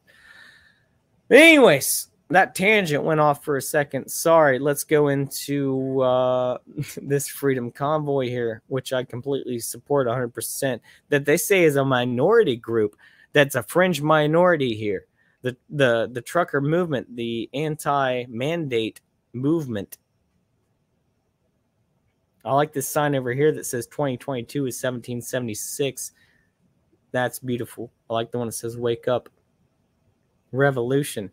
It's not really a revolution, though. It's like a revolution happens when, I mean, maybe, I guess it is a revolution. I'm wrong on that. But what I was thinking is, like, it's just like, where do we go from here? The alleged Earth has been conquered already. What we have is what we have, and all of it has been completely, at this point, bought out and owned by the richest people in the world, and they control everything, and all. That's why all these wars happen. Barbara, thank you for being here. He said his dad was Castro allegedly. She says his dad was Castro allegedly. That is true, and I will show that here in just a minute. I actually have a screenshot of that up. Thank you for being here, Barbara. What a great person.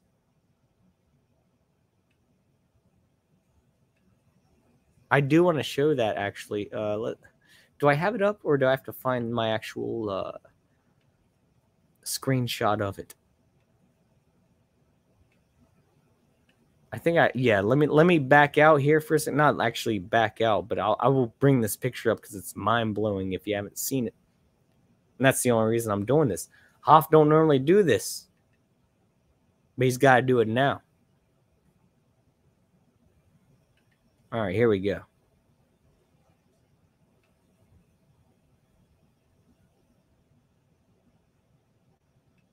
So we'll get back to this in a second, but I want to share this one.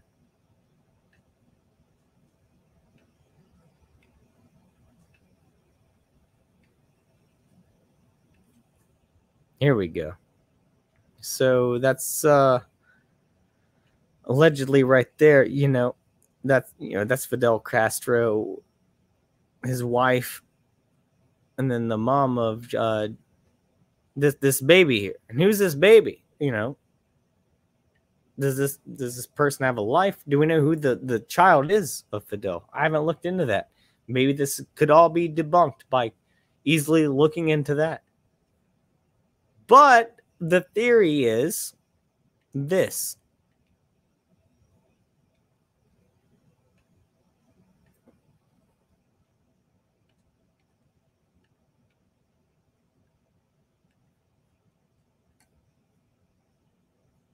That Trudeau is allegedly Castro's son. They do look pretty similar, not gonna lie. Just like Prince, whatever the fuck his name was, and that horse trainer that was banging Princess Diana, allegedly. There's a lot of lies about this. You don't think it just happens in your life, or like not just your life. I'm not saying your life particularly, but people who have had drama in their lives. Who was cheating on who? Whose baby is that? People like that. Why wouldn't it happen in situations like this? And honestly, let's zoom in. It's pretty close. Pretty close. And no one knows more about being a dictator than Fidel over there.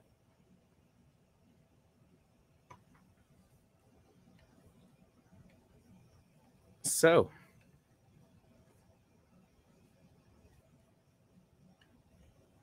where we go from there is the entire, I guess, if you want to call it, the revolution behind this.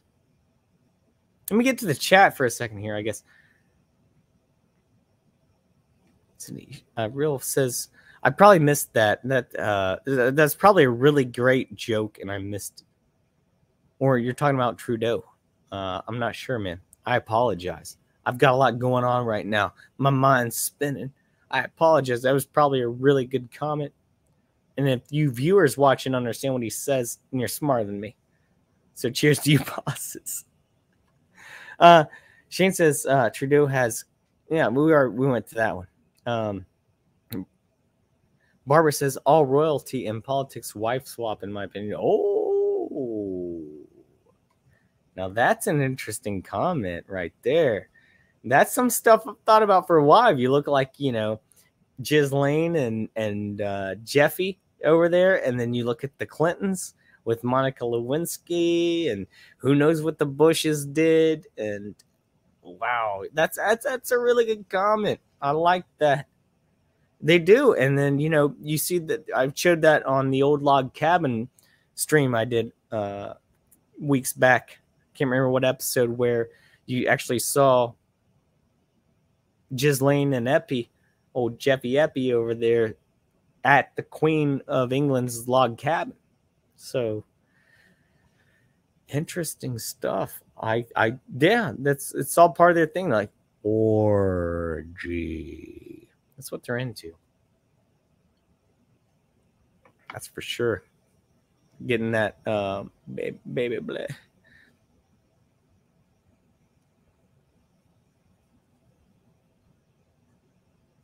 So let's see. Let's get back into this here.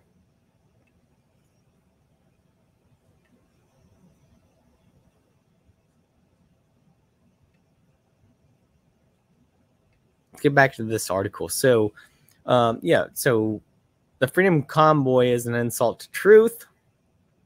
Canada's Prime Minister, dictator, has slammed protests in the capital city against the mandates as an insult to memory and truth. This guy right here, man, he's so owned. Protesters are demonstrating for a third consecutive day over a cross-border mandate for truckers imposed by the LibGov.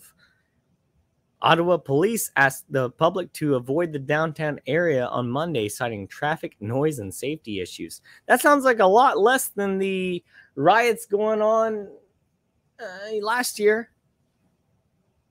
But these people are the criminals, obviously. Sarcasm. Some downtown stores, including a shopping mall, will also be closed. There we go again, shutting down the stores. Everything's going to be a lockdown. Everything is going to be a freaking lockdown soon. They're even trying to do it with climate. Like I was talking last week about how, we stay indoors more. There's less lightning. And less lightning is good for our environment.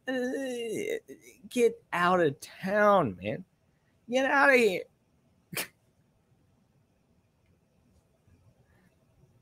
Demonstrators at the so-called, I don't like that, Freedom Convoy have been mostly peaceful, but the behavior of some members of the crowd has been strongly criticized. Yeah, they had the Nats symbolism. They're going to have some bad people in the crowd. They're going to promote this stuff through the horrible, evil mainstream media in order for you to think that this is an evil protest. Unlike the ones that were burning down cities and looting and breaking in windows and ruining small businesses last year. This is the bad protest. The one that happened last January, that's the bad protest. Not any of this other stuff going on here with, people being able to steal $1,000 worth of groceries and walk right out the damn store with it in their cart. Actually, I'd like to show a good video on that if I can. Saw on Salty did a video of it earlier, and I thought it was funny. I don't know if I can find it or not. Let's get back to this.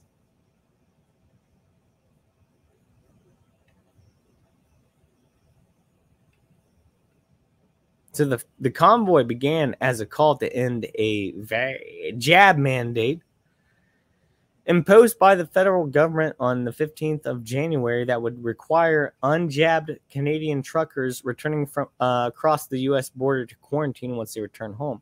By the way, being a trucker is probably like the least exposure to any kind of illness that you could imagine. Like, you're literally in your own truck all day, driving for miles. Maybe the Corv's in the air while you're driving through. It comes up through your vent in the truck. Oh, no. I got to wear my mask in the truck in case the Corv comes in through the vents. Oh, shit. No, that's not the way it works. Allegedly.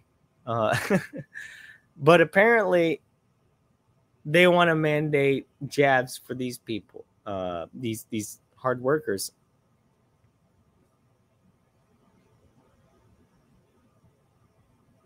The crowd of demonstrators, the truckers and their supporters, were estimated to be in the thousands. Of course they were. Estimated to be in the thousands. You can just look at the pictures and see that. They won't say a real number. Gathered around Parliament. They don't want the real number of protesters out there, but they will give a fake number of how many people show up to an inauguration every time. for a U.S. presidential inauguration. They'll fake those numbers every time. The crowd has since thinned, but many protesters have indicated they plan to stay. They better stay. Around 90% of Canada's 120,000 cross-border. Wow, that's a big number. Cross-border 120,000, big number. Cross-border truckers are jabbed. Whew. I don't think that's a real number, to be honest with you. If that's only 10% out there protesting, I don't think so. Members of Parliament are returning to the House of Commons on Monday after nearly 2 months on recess. Of course they were.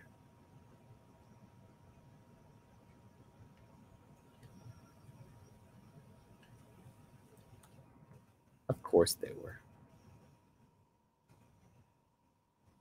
This is a big sham, if you don't know already. It's a big dang sham. I don't know what else to tell you.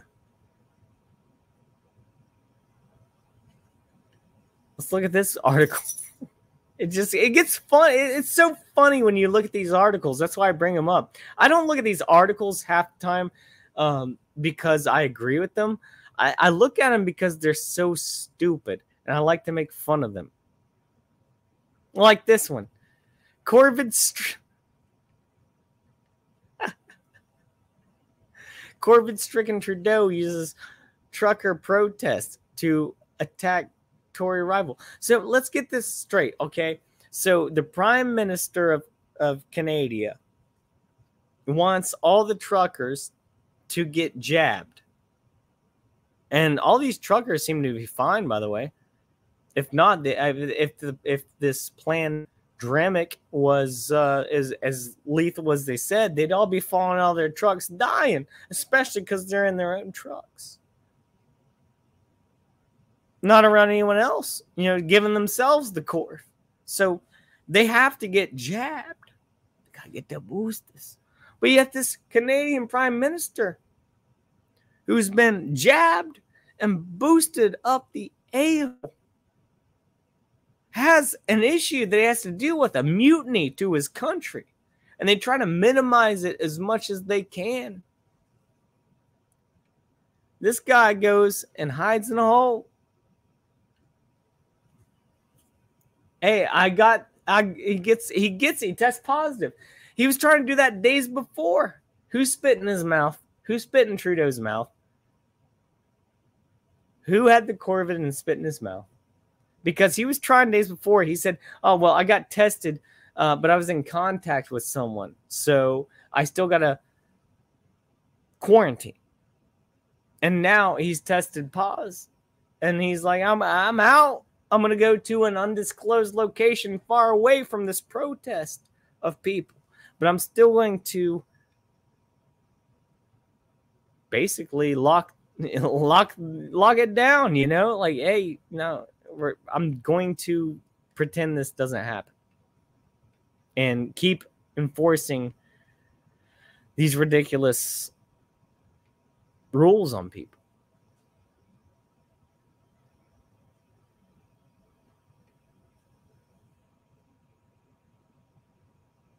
That's what's happening. It's like if you don't believe it, like look at Brandon during the election. He did the same thing.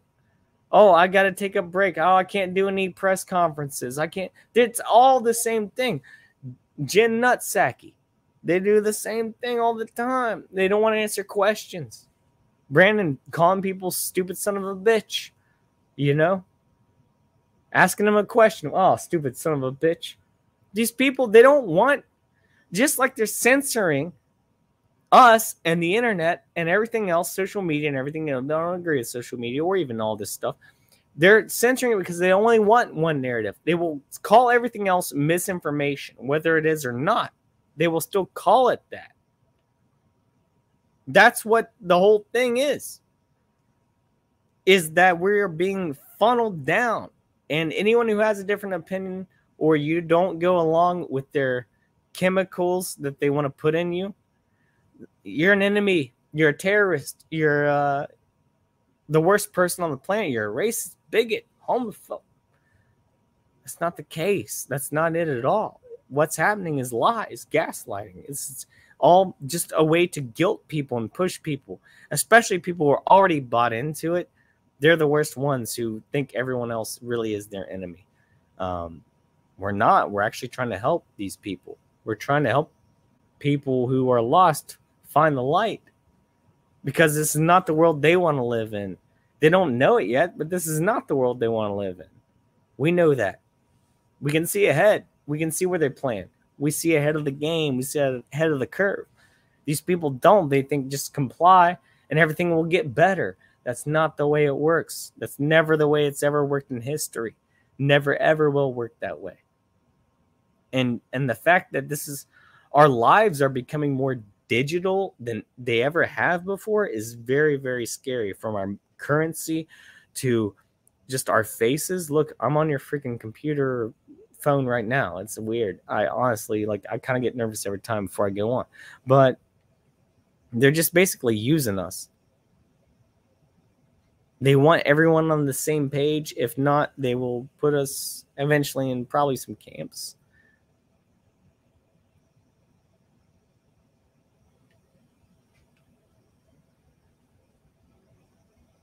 Allegedly.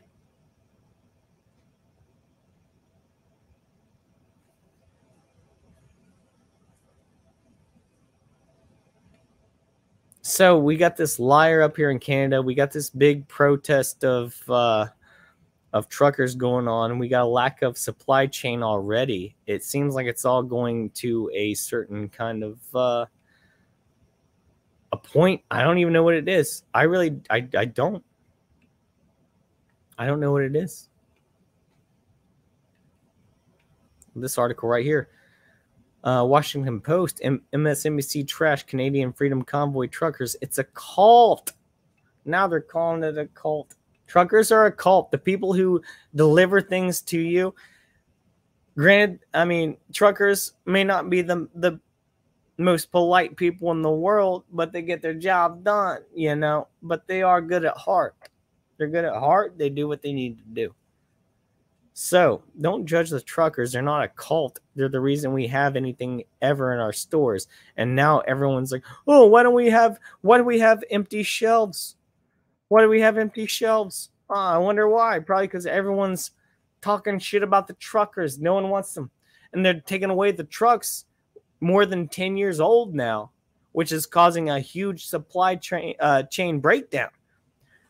There's literally a law in California which was passed that they could easily retract that says that trucks older than 10 years old cannot deliver. And that's a percentage, at least, of why we're seeing a supply chain breakdown. I mean, that's just a big part of it. I mean, a part of it. It's a way bigger problem altogether. There's many facets to this, many different issues to it. But I think that's the biggest one. Is the fact that the regulations, maybe not just that in particular, just the regulations on everything. We could flip this around in probably a week easily. Maybe 2 weeks. We could flip this around and everything would be good again. But they don't want to. They want to funnel everything, all the money to them. They want to starve us out and make us eat crickets while Bill Gates owns the most farmland in America. This article says the Washington Post and the MSNBC trashed Canadian truckers participating in the Freedom Convoy traveling across the country to protest mandates for cross-border truck drivers, as well as the Lib government's coronavirus restrictions.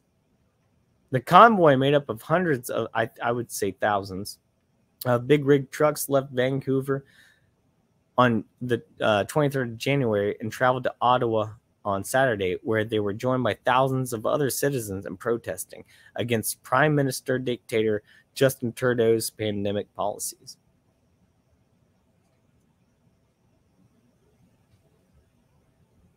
Said that seems I'm not going to read that. I'm not going to read that crap there. Refuse to do it. I don't read crap on Hoffcast. I don't read. I mean, I do, but I make fun of it. But I'm not going to read that, like, so much stuff that's like so false that it might say something like really bad about.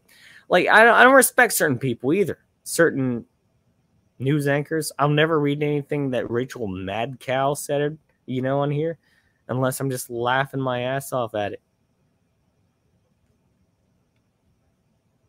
And so we see the big boy coming in, throwing his hat into the ring. Elon Musk throws spotlight on Canadian truck convoy with tweet. Here's a nice photo of trucks.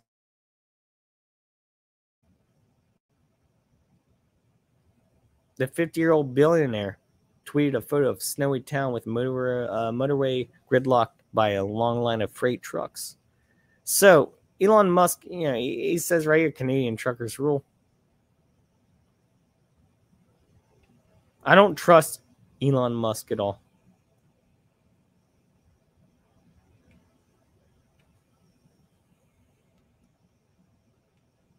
But sometimes, every now and then, I'll agree with the guy.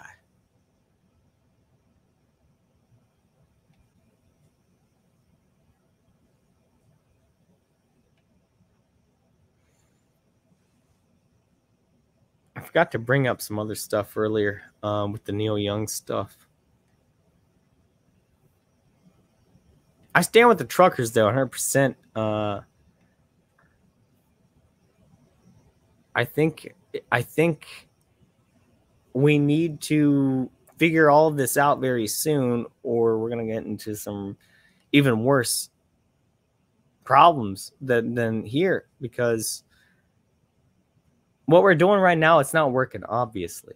There's too many people divided, too many people have their really hardcore belief systems on whatever they've been told.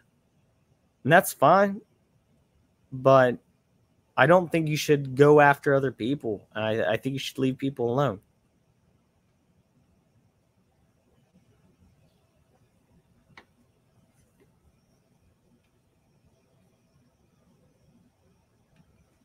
Like, look at this, for instance. It's all boiling down to like stuff, even as small as Domino's pizza, which, in my opinion, mediocre but overpriced. It says Domino's. They've been up and down throughout the years. I liked it when I was a kid. Then they got bad. And they tried again. They got kind of good. And they sucked again for a minute. And then they've tried all these different kind of over-the-top media like deal things to try to get people to come back and buy their pizza that's just mediocre. It says Domino's to tip customers $3 for placing pickup orders as labor shortage continues. That's funny because the delivery charge is like $3.99 now, $4.99. You tipping me? I don't know. I used to deliver pizza. I used to work in the pizza business. I've done everything there is to do in it. Used to slap, make them, deliver. I've done it all.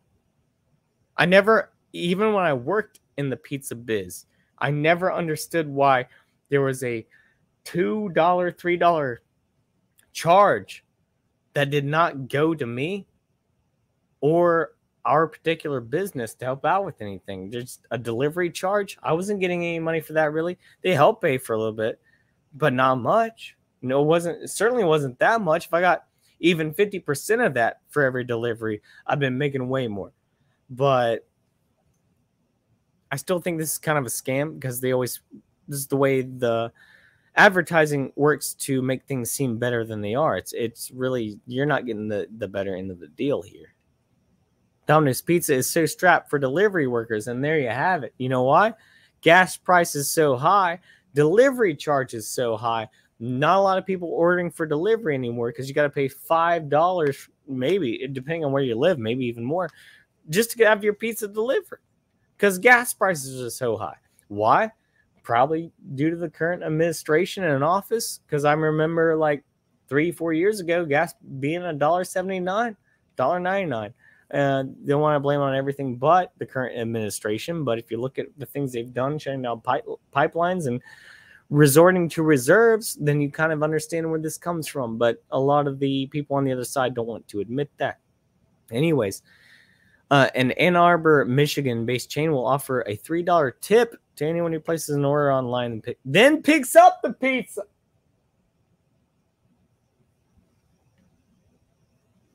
Oh, there's the real freaking, there's the catch and grab right there, baby.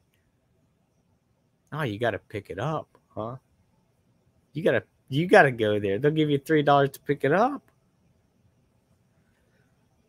Oh, they've been doing this for a long time. This is just a different angle. They say like, oh, well, it's like $7.99 for 2 pizzas if you come pick it up. And this is just a different way to go about it. Sorry to get off on that kind of a tangent there. Let me get to the chat here for a minute. Have a good time. Cheers to you all. Probably going to be a little bit shorter stream tonight. Maybe call it a night around 11. That's what I've been trying to do. Make it more concise, more clear.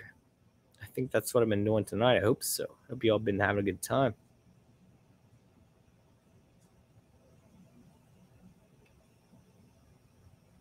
LaSween says, "Old Farmer Bill Hoff, I've tried to leave this video as a comment for the longest times. Could you go?" Yeah, I'm gonna screenshot that right now, bud. That way I can go straight to that link later. I appreciate any information you send me. Very smart man here. Sween also says Elon is the son of a card-carrying technocrat from back in the day when the concept of technocracy was being formed. Yeah, he's like the same as the Zucks and the Gates for sure. So think about it. Electric cars, biofuel, water-powered have been around forever. That's true, but he does have that Neuralink chip that he wants to put in people's heads. So that's kind of freaking weird. And self-driving cars that kill people. Why was Elon bestowed the right to own a patent, LaSween says, to bring forth the end of petrol is because big oil said so. Well, maybe. You're going on that kind of like controlled opposition kind of thing. I do respect that. Maybe I need to lean more into that. But I don't know what the big picture is. That's why I do Hoffcast, honestly. I do know BS when I see it for the most part, but not all the time. So that's what I'm trying to figure out here. I love the comments. I'd say let's do this show till maybe around 11. If anyone's still here, maybe wants to be on for a minute, maybe I'll let some guests on tonight or go backstage after that. But I do want to do a little bit of a shorter show tonight, just because I've been doing long shows, and I think I want to be more focused with these things.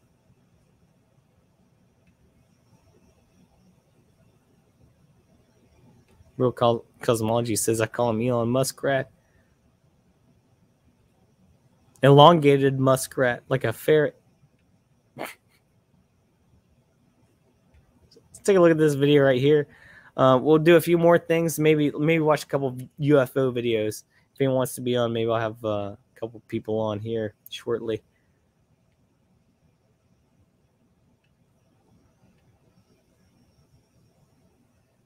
I like this video here.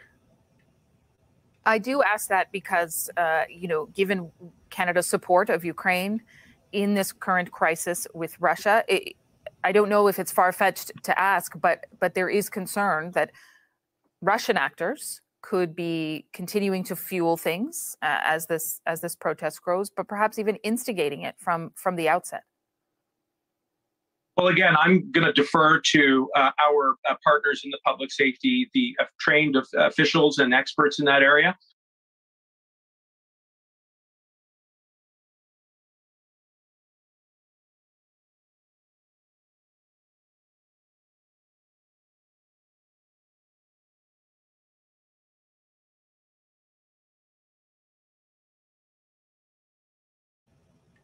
Kind of shows,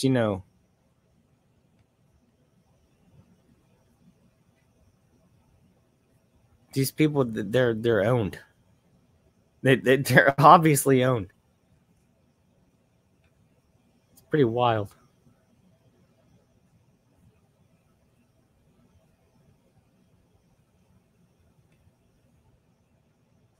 I got more here. Hey, I know there's dead air. Sorry about that. Dead air. But I'm trying to figure something out here. That's what I'm trying to do. So I'm sorry about that. I apologize for the dead air. Hoff's still here with you. He's still here. go into this one. A little bit of a different subject here. We got to keep an eye on Gil Bates. Let's look at this one. This is from January 31st. Carbon neutrality. This is a big deal if you don't know. This is a big deal. It doesn't seem like it. A lot of people don't look into this, but it's a big deal. It's like really their plan.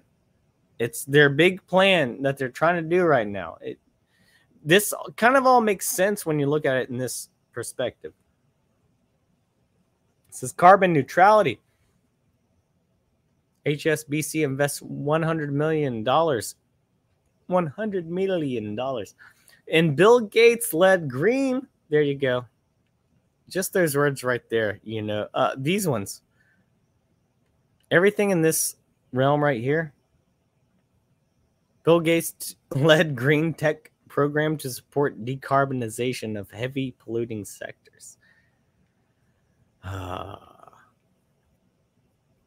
Says the bank will become an anchor partner in Breakthrough Energy Catalyst, an initiative within the Breakthrough Energy Network founded by Gates. So remember those words right there.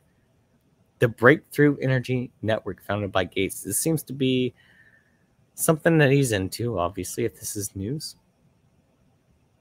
Here we go. This is the part.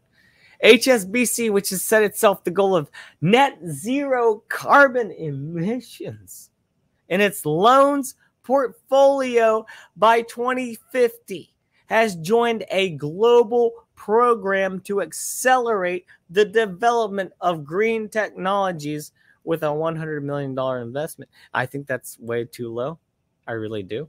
I think that number is probably like $100 billion investment. Do you see what's happening? Do you know what net zero carbon emissions means? If you don't, that means, do you know that humans put off carbon emissions? Do you know that?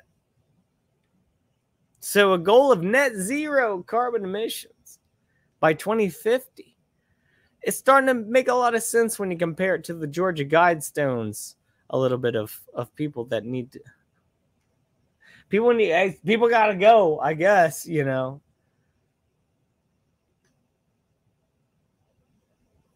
This is sick shit, dude. Of course, the communists, the China communists over here, pushing it. Let's see here. They're trying to make up an excuse with this paragraph. When financial institutions such as HSBC announce net zero carbon goals, they refer to the net emissions of their clients. Net zero can be achieved by making investments to reduce one's carbon emissions and offsetting any residual amount by buying credits from other parties' carbon reduction products. In December, they unveiled a timeline for ending the what the fuck is this? Oh, I'm sure that's interesting. Financing of coal projects to achieve its net zero carbon emissions goal. It plans to reduce its exposure to coal mining, coal-fired power plants by at least a quarter. How? By 2025. How? And to have it by 2030. How? Who knows, man?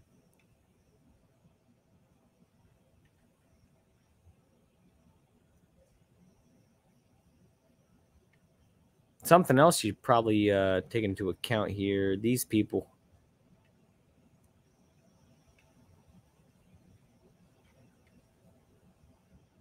The 3 new faces to help steer the Gates Foundation in the wake of the Bill Gates and Melinda Gates divorce. Their foundation added members to its new governing board. So these people, take these people into account right here. Their names are Namat. I can't pronounce their names.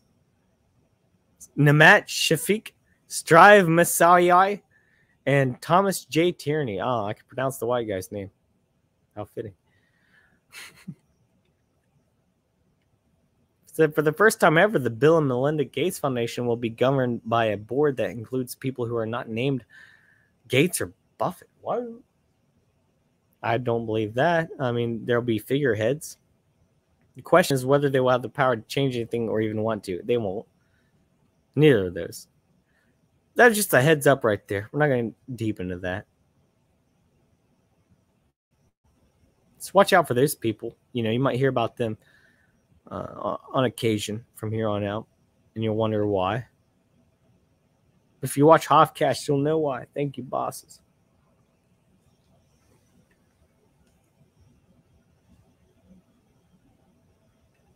So this one, this is not a new article, but I do want to shame the man because I hate him. It's from May 23rd, 2021. This is the guy trying to tell us, you know, what we should put into our bodies, what our health should be, what we should eat, what we should consume via the internet, all kinds of things like this. This guy's a philanthropist. He's probably the best in the business. I don't trust a philanthropist. Just remember, this is Bill Gates right here. This is a man that's the form of a man right there who knows what he's talking about. That's a guy. He's a real healthy man, smart man, knows what's going on. You should probably trust that guy with your life, and everything that he says, you should take heart because he knows what he's talking about. Look at the guy. He's healthier than Joe Rogan. This guy's healthier than Joe Rogan. Look at him. Albeit a bit older, but healthier. Ain't got no man boobs or nothing on that guy. No man boobs. Don't look at those. Really don't look at the man boobs here.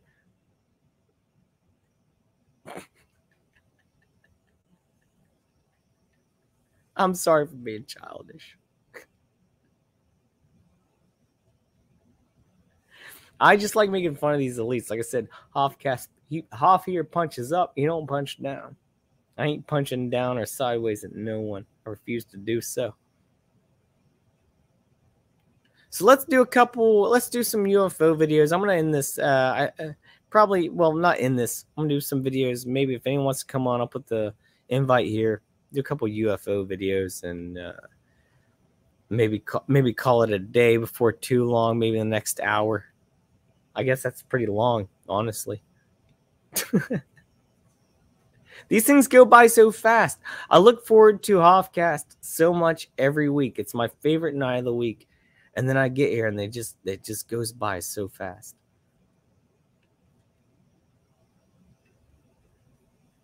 It's like my oasis. It's my catharsis. Here we go. Let's watch a couple weird things here. I'll put the invite out. Hang out for a little bit, hopefully.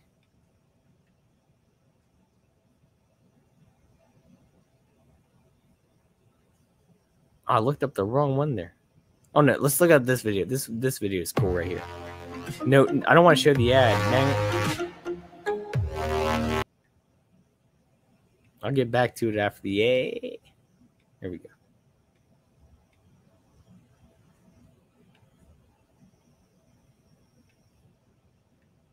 So this one says, wow, what happened to this car during a storm glitch in the Matrix? Right now, kind of a weird video. And this car literally just drove up this, I don't even know what happened. I think the wind took it.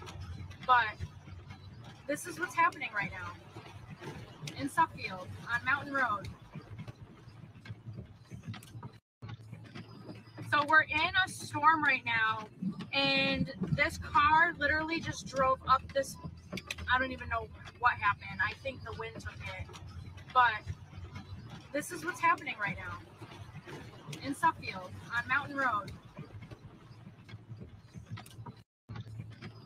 So we're in a storm right now, and this car literally just drove up this, I don't even know what happened. I think the wind took it. But this is what's happening right now in Suffield on Mountain Road. So we're in a storm right now. No, sorry for showing that so many times. I just had to take a quick break. But yeah, what do you think of that car? Kind of weird. You know, it looks like there's kind of a thing right, you know, in the middle of that right there. I don't know what happened there. It does look like a glitch in the Matrix or something, you know. Look at the chat for a minute. A lot of chat going on.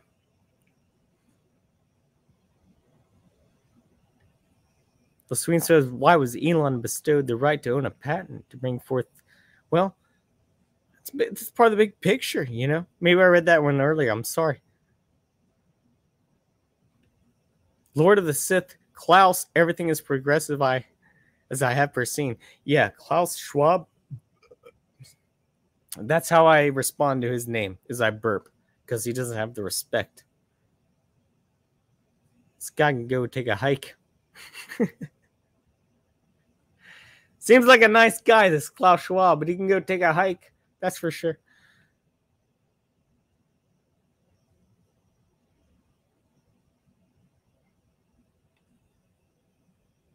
Let's see what we got. Okay, we got some good stuff here. I'm kind of like just I'm gonna just show some kind of cool stuff here from here on out. Like I said, put the invite out soon because I really like. I feel like I've kind of just made my point tonight, which is exactly what I wanted to do. Maybe not in the best terms of words. I'm still getting better at that.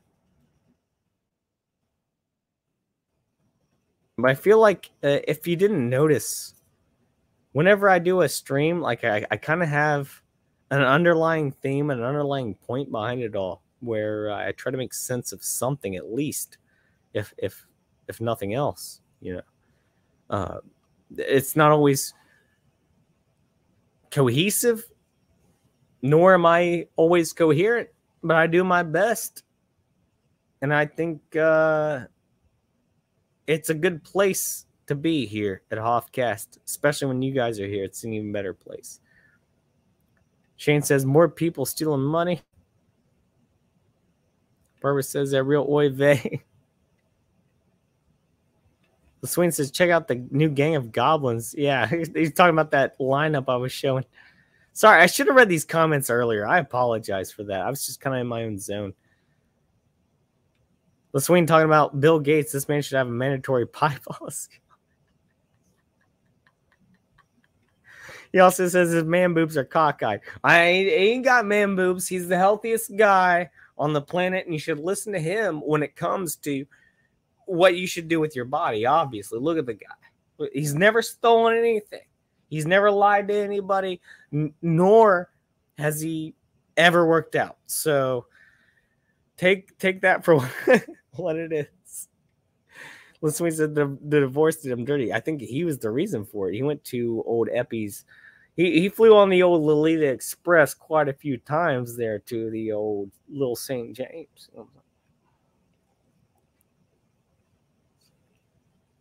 Sween says, I can't join. I'm going back to watch what I missed. Keep on.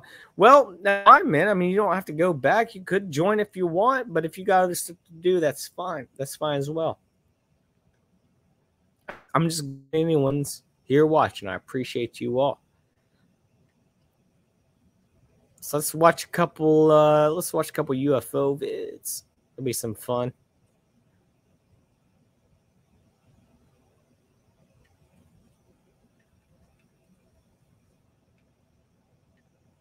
Here we go. Got it up here. This one's got an interesting title, but we know how UFO videos go sometimes. They're not always... I like to be skeptical about them. I believe... Hoff here believes in aliens or whatever you might be, whether they're from a different planet or interdimensional. I don't know what they are. I do somewhat believe that there are other beings coming around. And there's crazy lights in the sky. I've seen them a couple of times. But I'm very, very critical and skeptical of things. That's why I like to watch these videos sometimes and be like, hey, is this legit or what is this?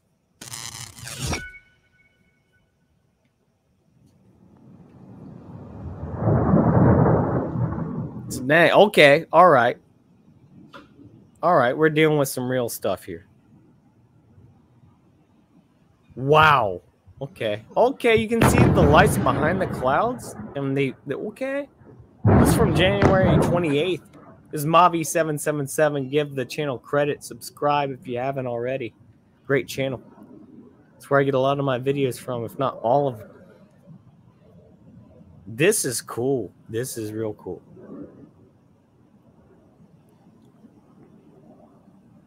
It's rare that you see the video where you see the lights go away. But that looked like it fired off from somewhere, like a flare. This is weird, man. Maybe that's not even alien. That's probably governmental. You know, I don't even think it looked like it came from. Let's go back here for a second. Right about here, if you look, it looks like it shot off from over in this area, which I don't believe is beyond the horizon. It looked like it came from the actual land.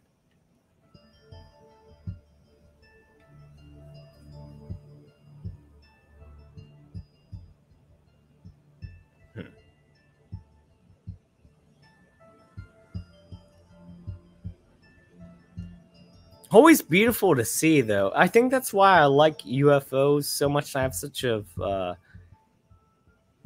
I gravitate towards them. No pun intended. Because I just think they're beautiful at the same time. Some people call them angels. I don't know if I necessarily believe that, especially when there's a lot of fake ones out there. Take a look at this one.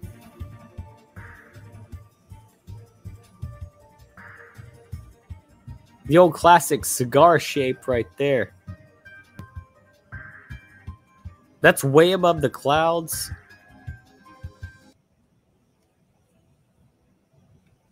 Take a look at what this one has here.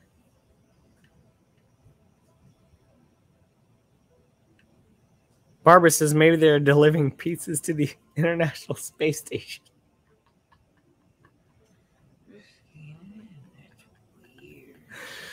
Good one, good one. That might be joke of the night, Barbara. That might be joke of the night.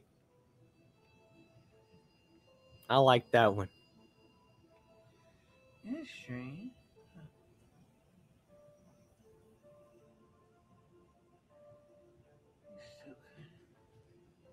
Got this good old beam, you know, it could be a satellite or something. I'm gonna put the invite in the chat right now. I'll probably stay on for a few more minutes, do my show, and if anyone comes on, more than welcome to. Except for one particular person, but the rest of you are welcome. That person knows who they are. So if you think, "Am I that person?" You're not that person. Don't worry.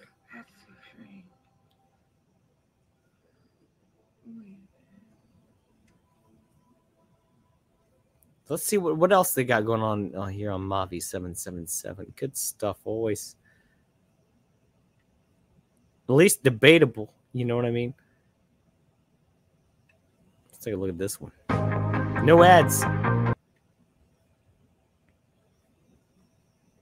Yeah, I put the old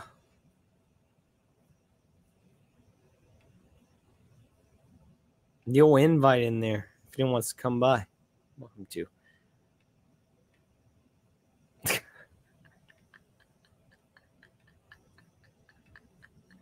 I'm sorry. I was laughing at. I don't know if you could hear that. That was a funny ad.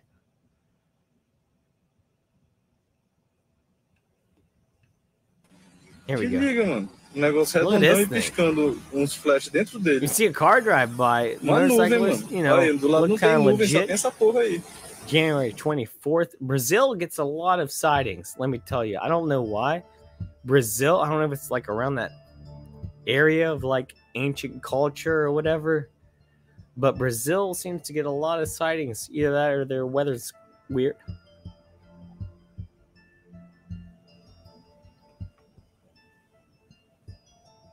I do appreciate it if you're trying to fake something. I like when you have something real passing by in the video. What do you think that is? Is just like the way the light is reflecting, you know, maybe from the city or from an area out there into the way the clouds are forming? Or do you think that's something to be looked at? Yeah, you got this. Okay, that's pretty okay. Now that's interesting. Look at those lightning bolts down there. That ain't from the sky.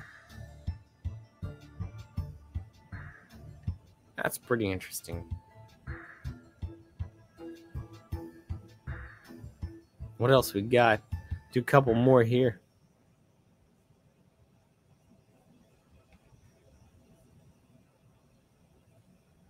Oh, portal. Let's look at this portal.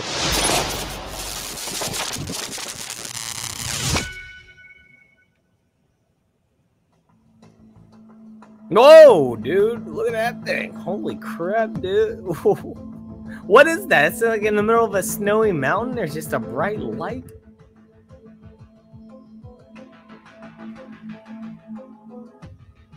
That's kind of interesting.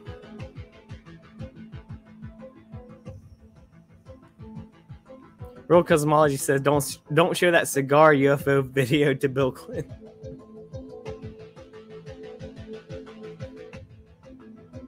Real Cosmology also says clouds are ionized by the lightning. Okay, so maybe you might. Okay, maybe that could have been like lightning comes from the ground sometimes, right? What they say, it shoots up, it doesn't strike down, which is weird because lightning, like it's known as like a satanic thing, like the devil was struck down by lightning. I don't know. A lot of questions. Let's see. Hoffcast wants to have the answers. That's why he does this, but I don't.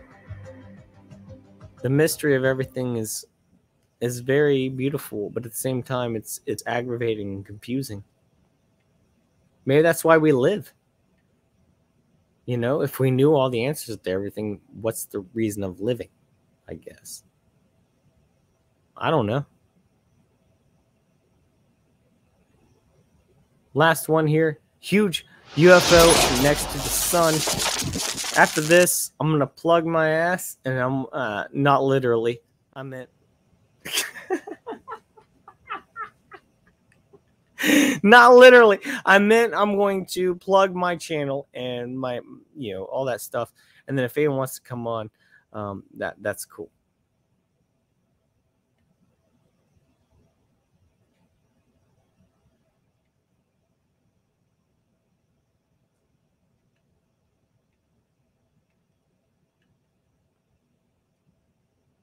Except for this one person who just won't give up. Okay, I'm gonna be honest with y'all right now. Let's do this. Let's fucking do this. All right. He's tried 15 times tonight to get back on my channel. There's a person who's been on my stream quite a few times. He's lied completely about who he was, tried to take advantage of me, and now he's tried with 3 different accounts tonight. Maybe 4 to get back on my channel and to talk to me. This guy's a psychopath and a sociopath. So if you ever see Billy the Kid Norwood anywhere, make sure that you do not talk to this person. He's not a good person. Sorry to do it. You pushed me, Billy. Sorry to do it, bro. Sorry, bro. You're banned. Get the fuck out of here, dude. I'm sorry to say that. This guy won't stop. He's a sociopath. He's a psychopath. And that's what I was talking about at the beginning of the stream. He has not stopped. He's literally created 4 accounts tonight in order to get back on this stream. And he has literally lied to me so many times. So, you see Billy the Kid, tell him Hoff said, hey, but don't ever come back around here again. The guy's a psychopath. I'm not even lying. At all. All right. Anyway, sorry for that, ladies and gentlemen. I just had to put it out there because he won't stop effing with me. He literally will not stop. And it's kind of getting weird. I'm afraid the guy's going to I don't know. I'm just it's worrisome. It's very worrisome. That's why I don't use my real name online for reasons like this. So yeah, just keep that in mind. I'm not lying to you. If anyone wants evidence, you're more than welcome to it. I think this is a good part in the show to end it. That's why I'm. Oh my gosh, he's still trying. He's still trying right now, even though I've blocked him 5 times. It's unbelievable. He keeps trying to come into the backstage, and I keep blocking. This is unreal. I don't know how to get rid of this guy. I really don't. I did not even want to put this stuff out there, but he will not leave me alone. I'm sorry. He just won't. It's so weird, dude. It's so freaking weird, and I never wanted to deal with this on Hoffcast. This is not what this channel's about, and I hate that that I have to address this. Well, I guess that's the internet, right? A lot of scumbags, a lot of slimy people. A lot of slimy people. He's still trying. He just tried an 8th time. He just won't stop. Well, all right. Let me plug my my channel here and everything, and I'm gonna get off here because I can't take this crap anymore. These people are freaking insane. Not you guys, just certain people in this world. Just won't leave me alone, and it's a shame. It's a real shame. I don't even know how to deal with this. I'm trying my best. I didn't even want to come online last week on my stream because I knew this was going to happen the same way it happened tonight. Fake people in my chat constantly. It's the same guy over and over and over. I don't know why this is happening, but I just want him to go away. That's literally, I'm going to pray to God that this person goes the fuck away from me.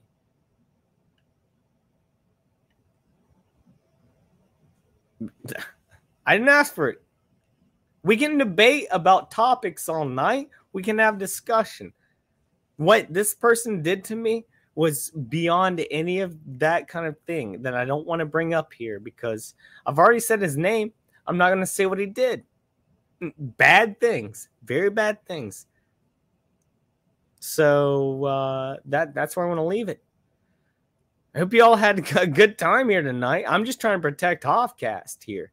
I'm trying to protect myself from these crazy people trying to come at me or whatever they're doing. I don't know, man. It's really weird. I'm not even a big channel. I don't know why people come at me like this or why people would. I don't know. I've asked him politely many times to just leave me alone, and it's getting to the point of harassment at this point. Like literally the point of harassment. He tried to join my backstage like 15 times after I said kicked him out. And I was like, no. And then I just had to ban him. He didn't get the point because I'll shut the F up now. I'm sorry, everyone. I'm sorry about that. I really do apologize. That's not what Hoffcast is about, what I was just talking about. We're going to get over this. Next week, we're not even going to acknowledge this. And we're going to be a better channel, a better stream overall. And we're not going to let these crazy sociopaths take us over or have any power over us at all. Because those are the ones wanting to scam us and take us down. Ain't going to happen. Ain't going to happen. Hoff knows what he's doing. Wait a minute. Okay, I might have a guest on. A good guest. If he wants to come on, LaSween, I see you backstage. If you want to come on, go ahead, man. I can stay up for a little bit longer. It says device is not connected. I can stay up for a little bit longer if LaSween wants to come around because I know who he is. But I really do apologize for the intro, all the stuff I've had to address in this video from the start of it and to now. It's just kind of, it's embarrassing to an extent. It really know that you've got people after you and you don't need to kind of like take their crap. You don't have to, and they're easy to point out, by the way. I know I'm stuttering or whatever because I'm trying to choose my words very wisely right now. There's a lot of bad people out in the world right now. They will lie to you. They will be fake. They will put up a false avatar, and that ties way back around into this sort of metaverse that we're going to be living in. in the future. And it even ties back to Facebook, where you got the picture of you that's in your avatar, that you're the happiest you've ever been. And then that's you now. Everything's just going to be a fake you. There's no people actually living in the real world in the future. It's just going to be, well, I'm not good enough for the real world because I don't look like this person on social media, so I'm going to get out of it, and I'm just going to go to the metaverse where I look good. I can be whoever I want, you know? Pretty crazy world that we're living in, and it's a crazy world that we're heading into. LaSween, you want to go backstage? Well, then, okay, I won't have you on the actual show, but if you want to go backstage after the show, join back in, and I'll have you, because I'm about to wrap up right now. So I'm gonna plug real quick for everyone. Thank you for watching tonight. It was a great stream. Besides the drama I had to address, and hopefully we never ever have to talk about this again.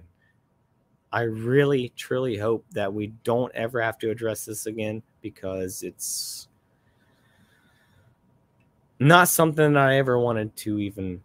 I avoided it for a long time, and I just had to, because the assault didn't let off. Now, Hoff ain't going to back off either. If you're going to keep assaulting Hoff, guess what? I'm going to keep fighting back. And that's the way I roll.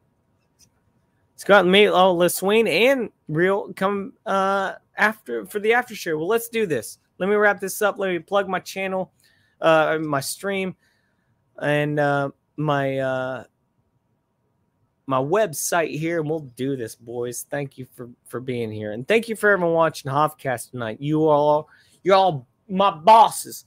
You are my boss when you come in here and you watch the show, because I'm here to show you what's going on. I'm here to entertain you, and I appreciate that so much. If you're watching right now, if you haven't already, once again, I'll do it. Please hit thumbs up or share, subscribe. Any of those little tiny, little tiny acts helps me out, because I work my ass off every week trying to bring you a good show with all the information that's going on throughout the week. So I appreciate that. So Hoffcast.com right here. Go to Hoffcast.com and you'll be able to keep up on all the Hoffcast news. You'll see my next stream coming up, my direct, if I'm taking off of any kind of media, because I own this website. Exclusives, news, personal pictures. You can contact me at the bottom through Instagram, Twitter, or YouTube. So thank you all for being on tonight, for being part of the show, because you guys are the show. I mean that. Without you guys, there's no show. Granted, I would sit here every night and talk to myself. I would, but it makes it so much more fun and a better place when we have great people around, and no snakes, no step on snake, no snakes around here. I'm trying to avoid snakes. So thank you all for being here tonight. I wanted to keep it a little bit shorter.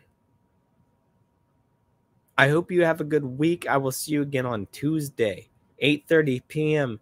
Eastern Standard Time. Maybe I'll do some more stuff before then. I'll let you know on the Hoffcast.com website. But until we meet again, I love you all. Cheers. Hoff signing off.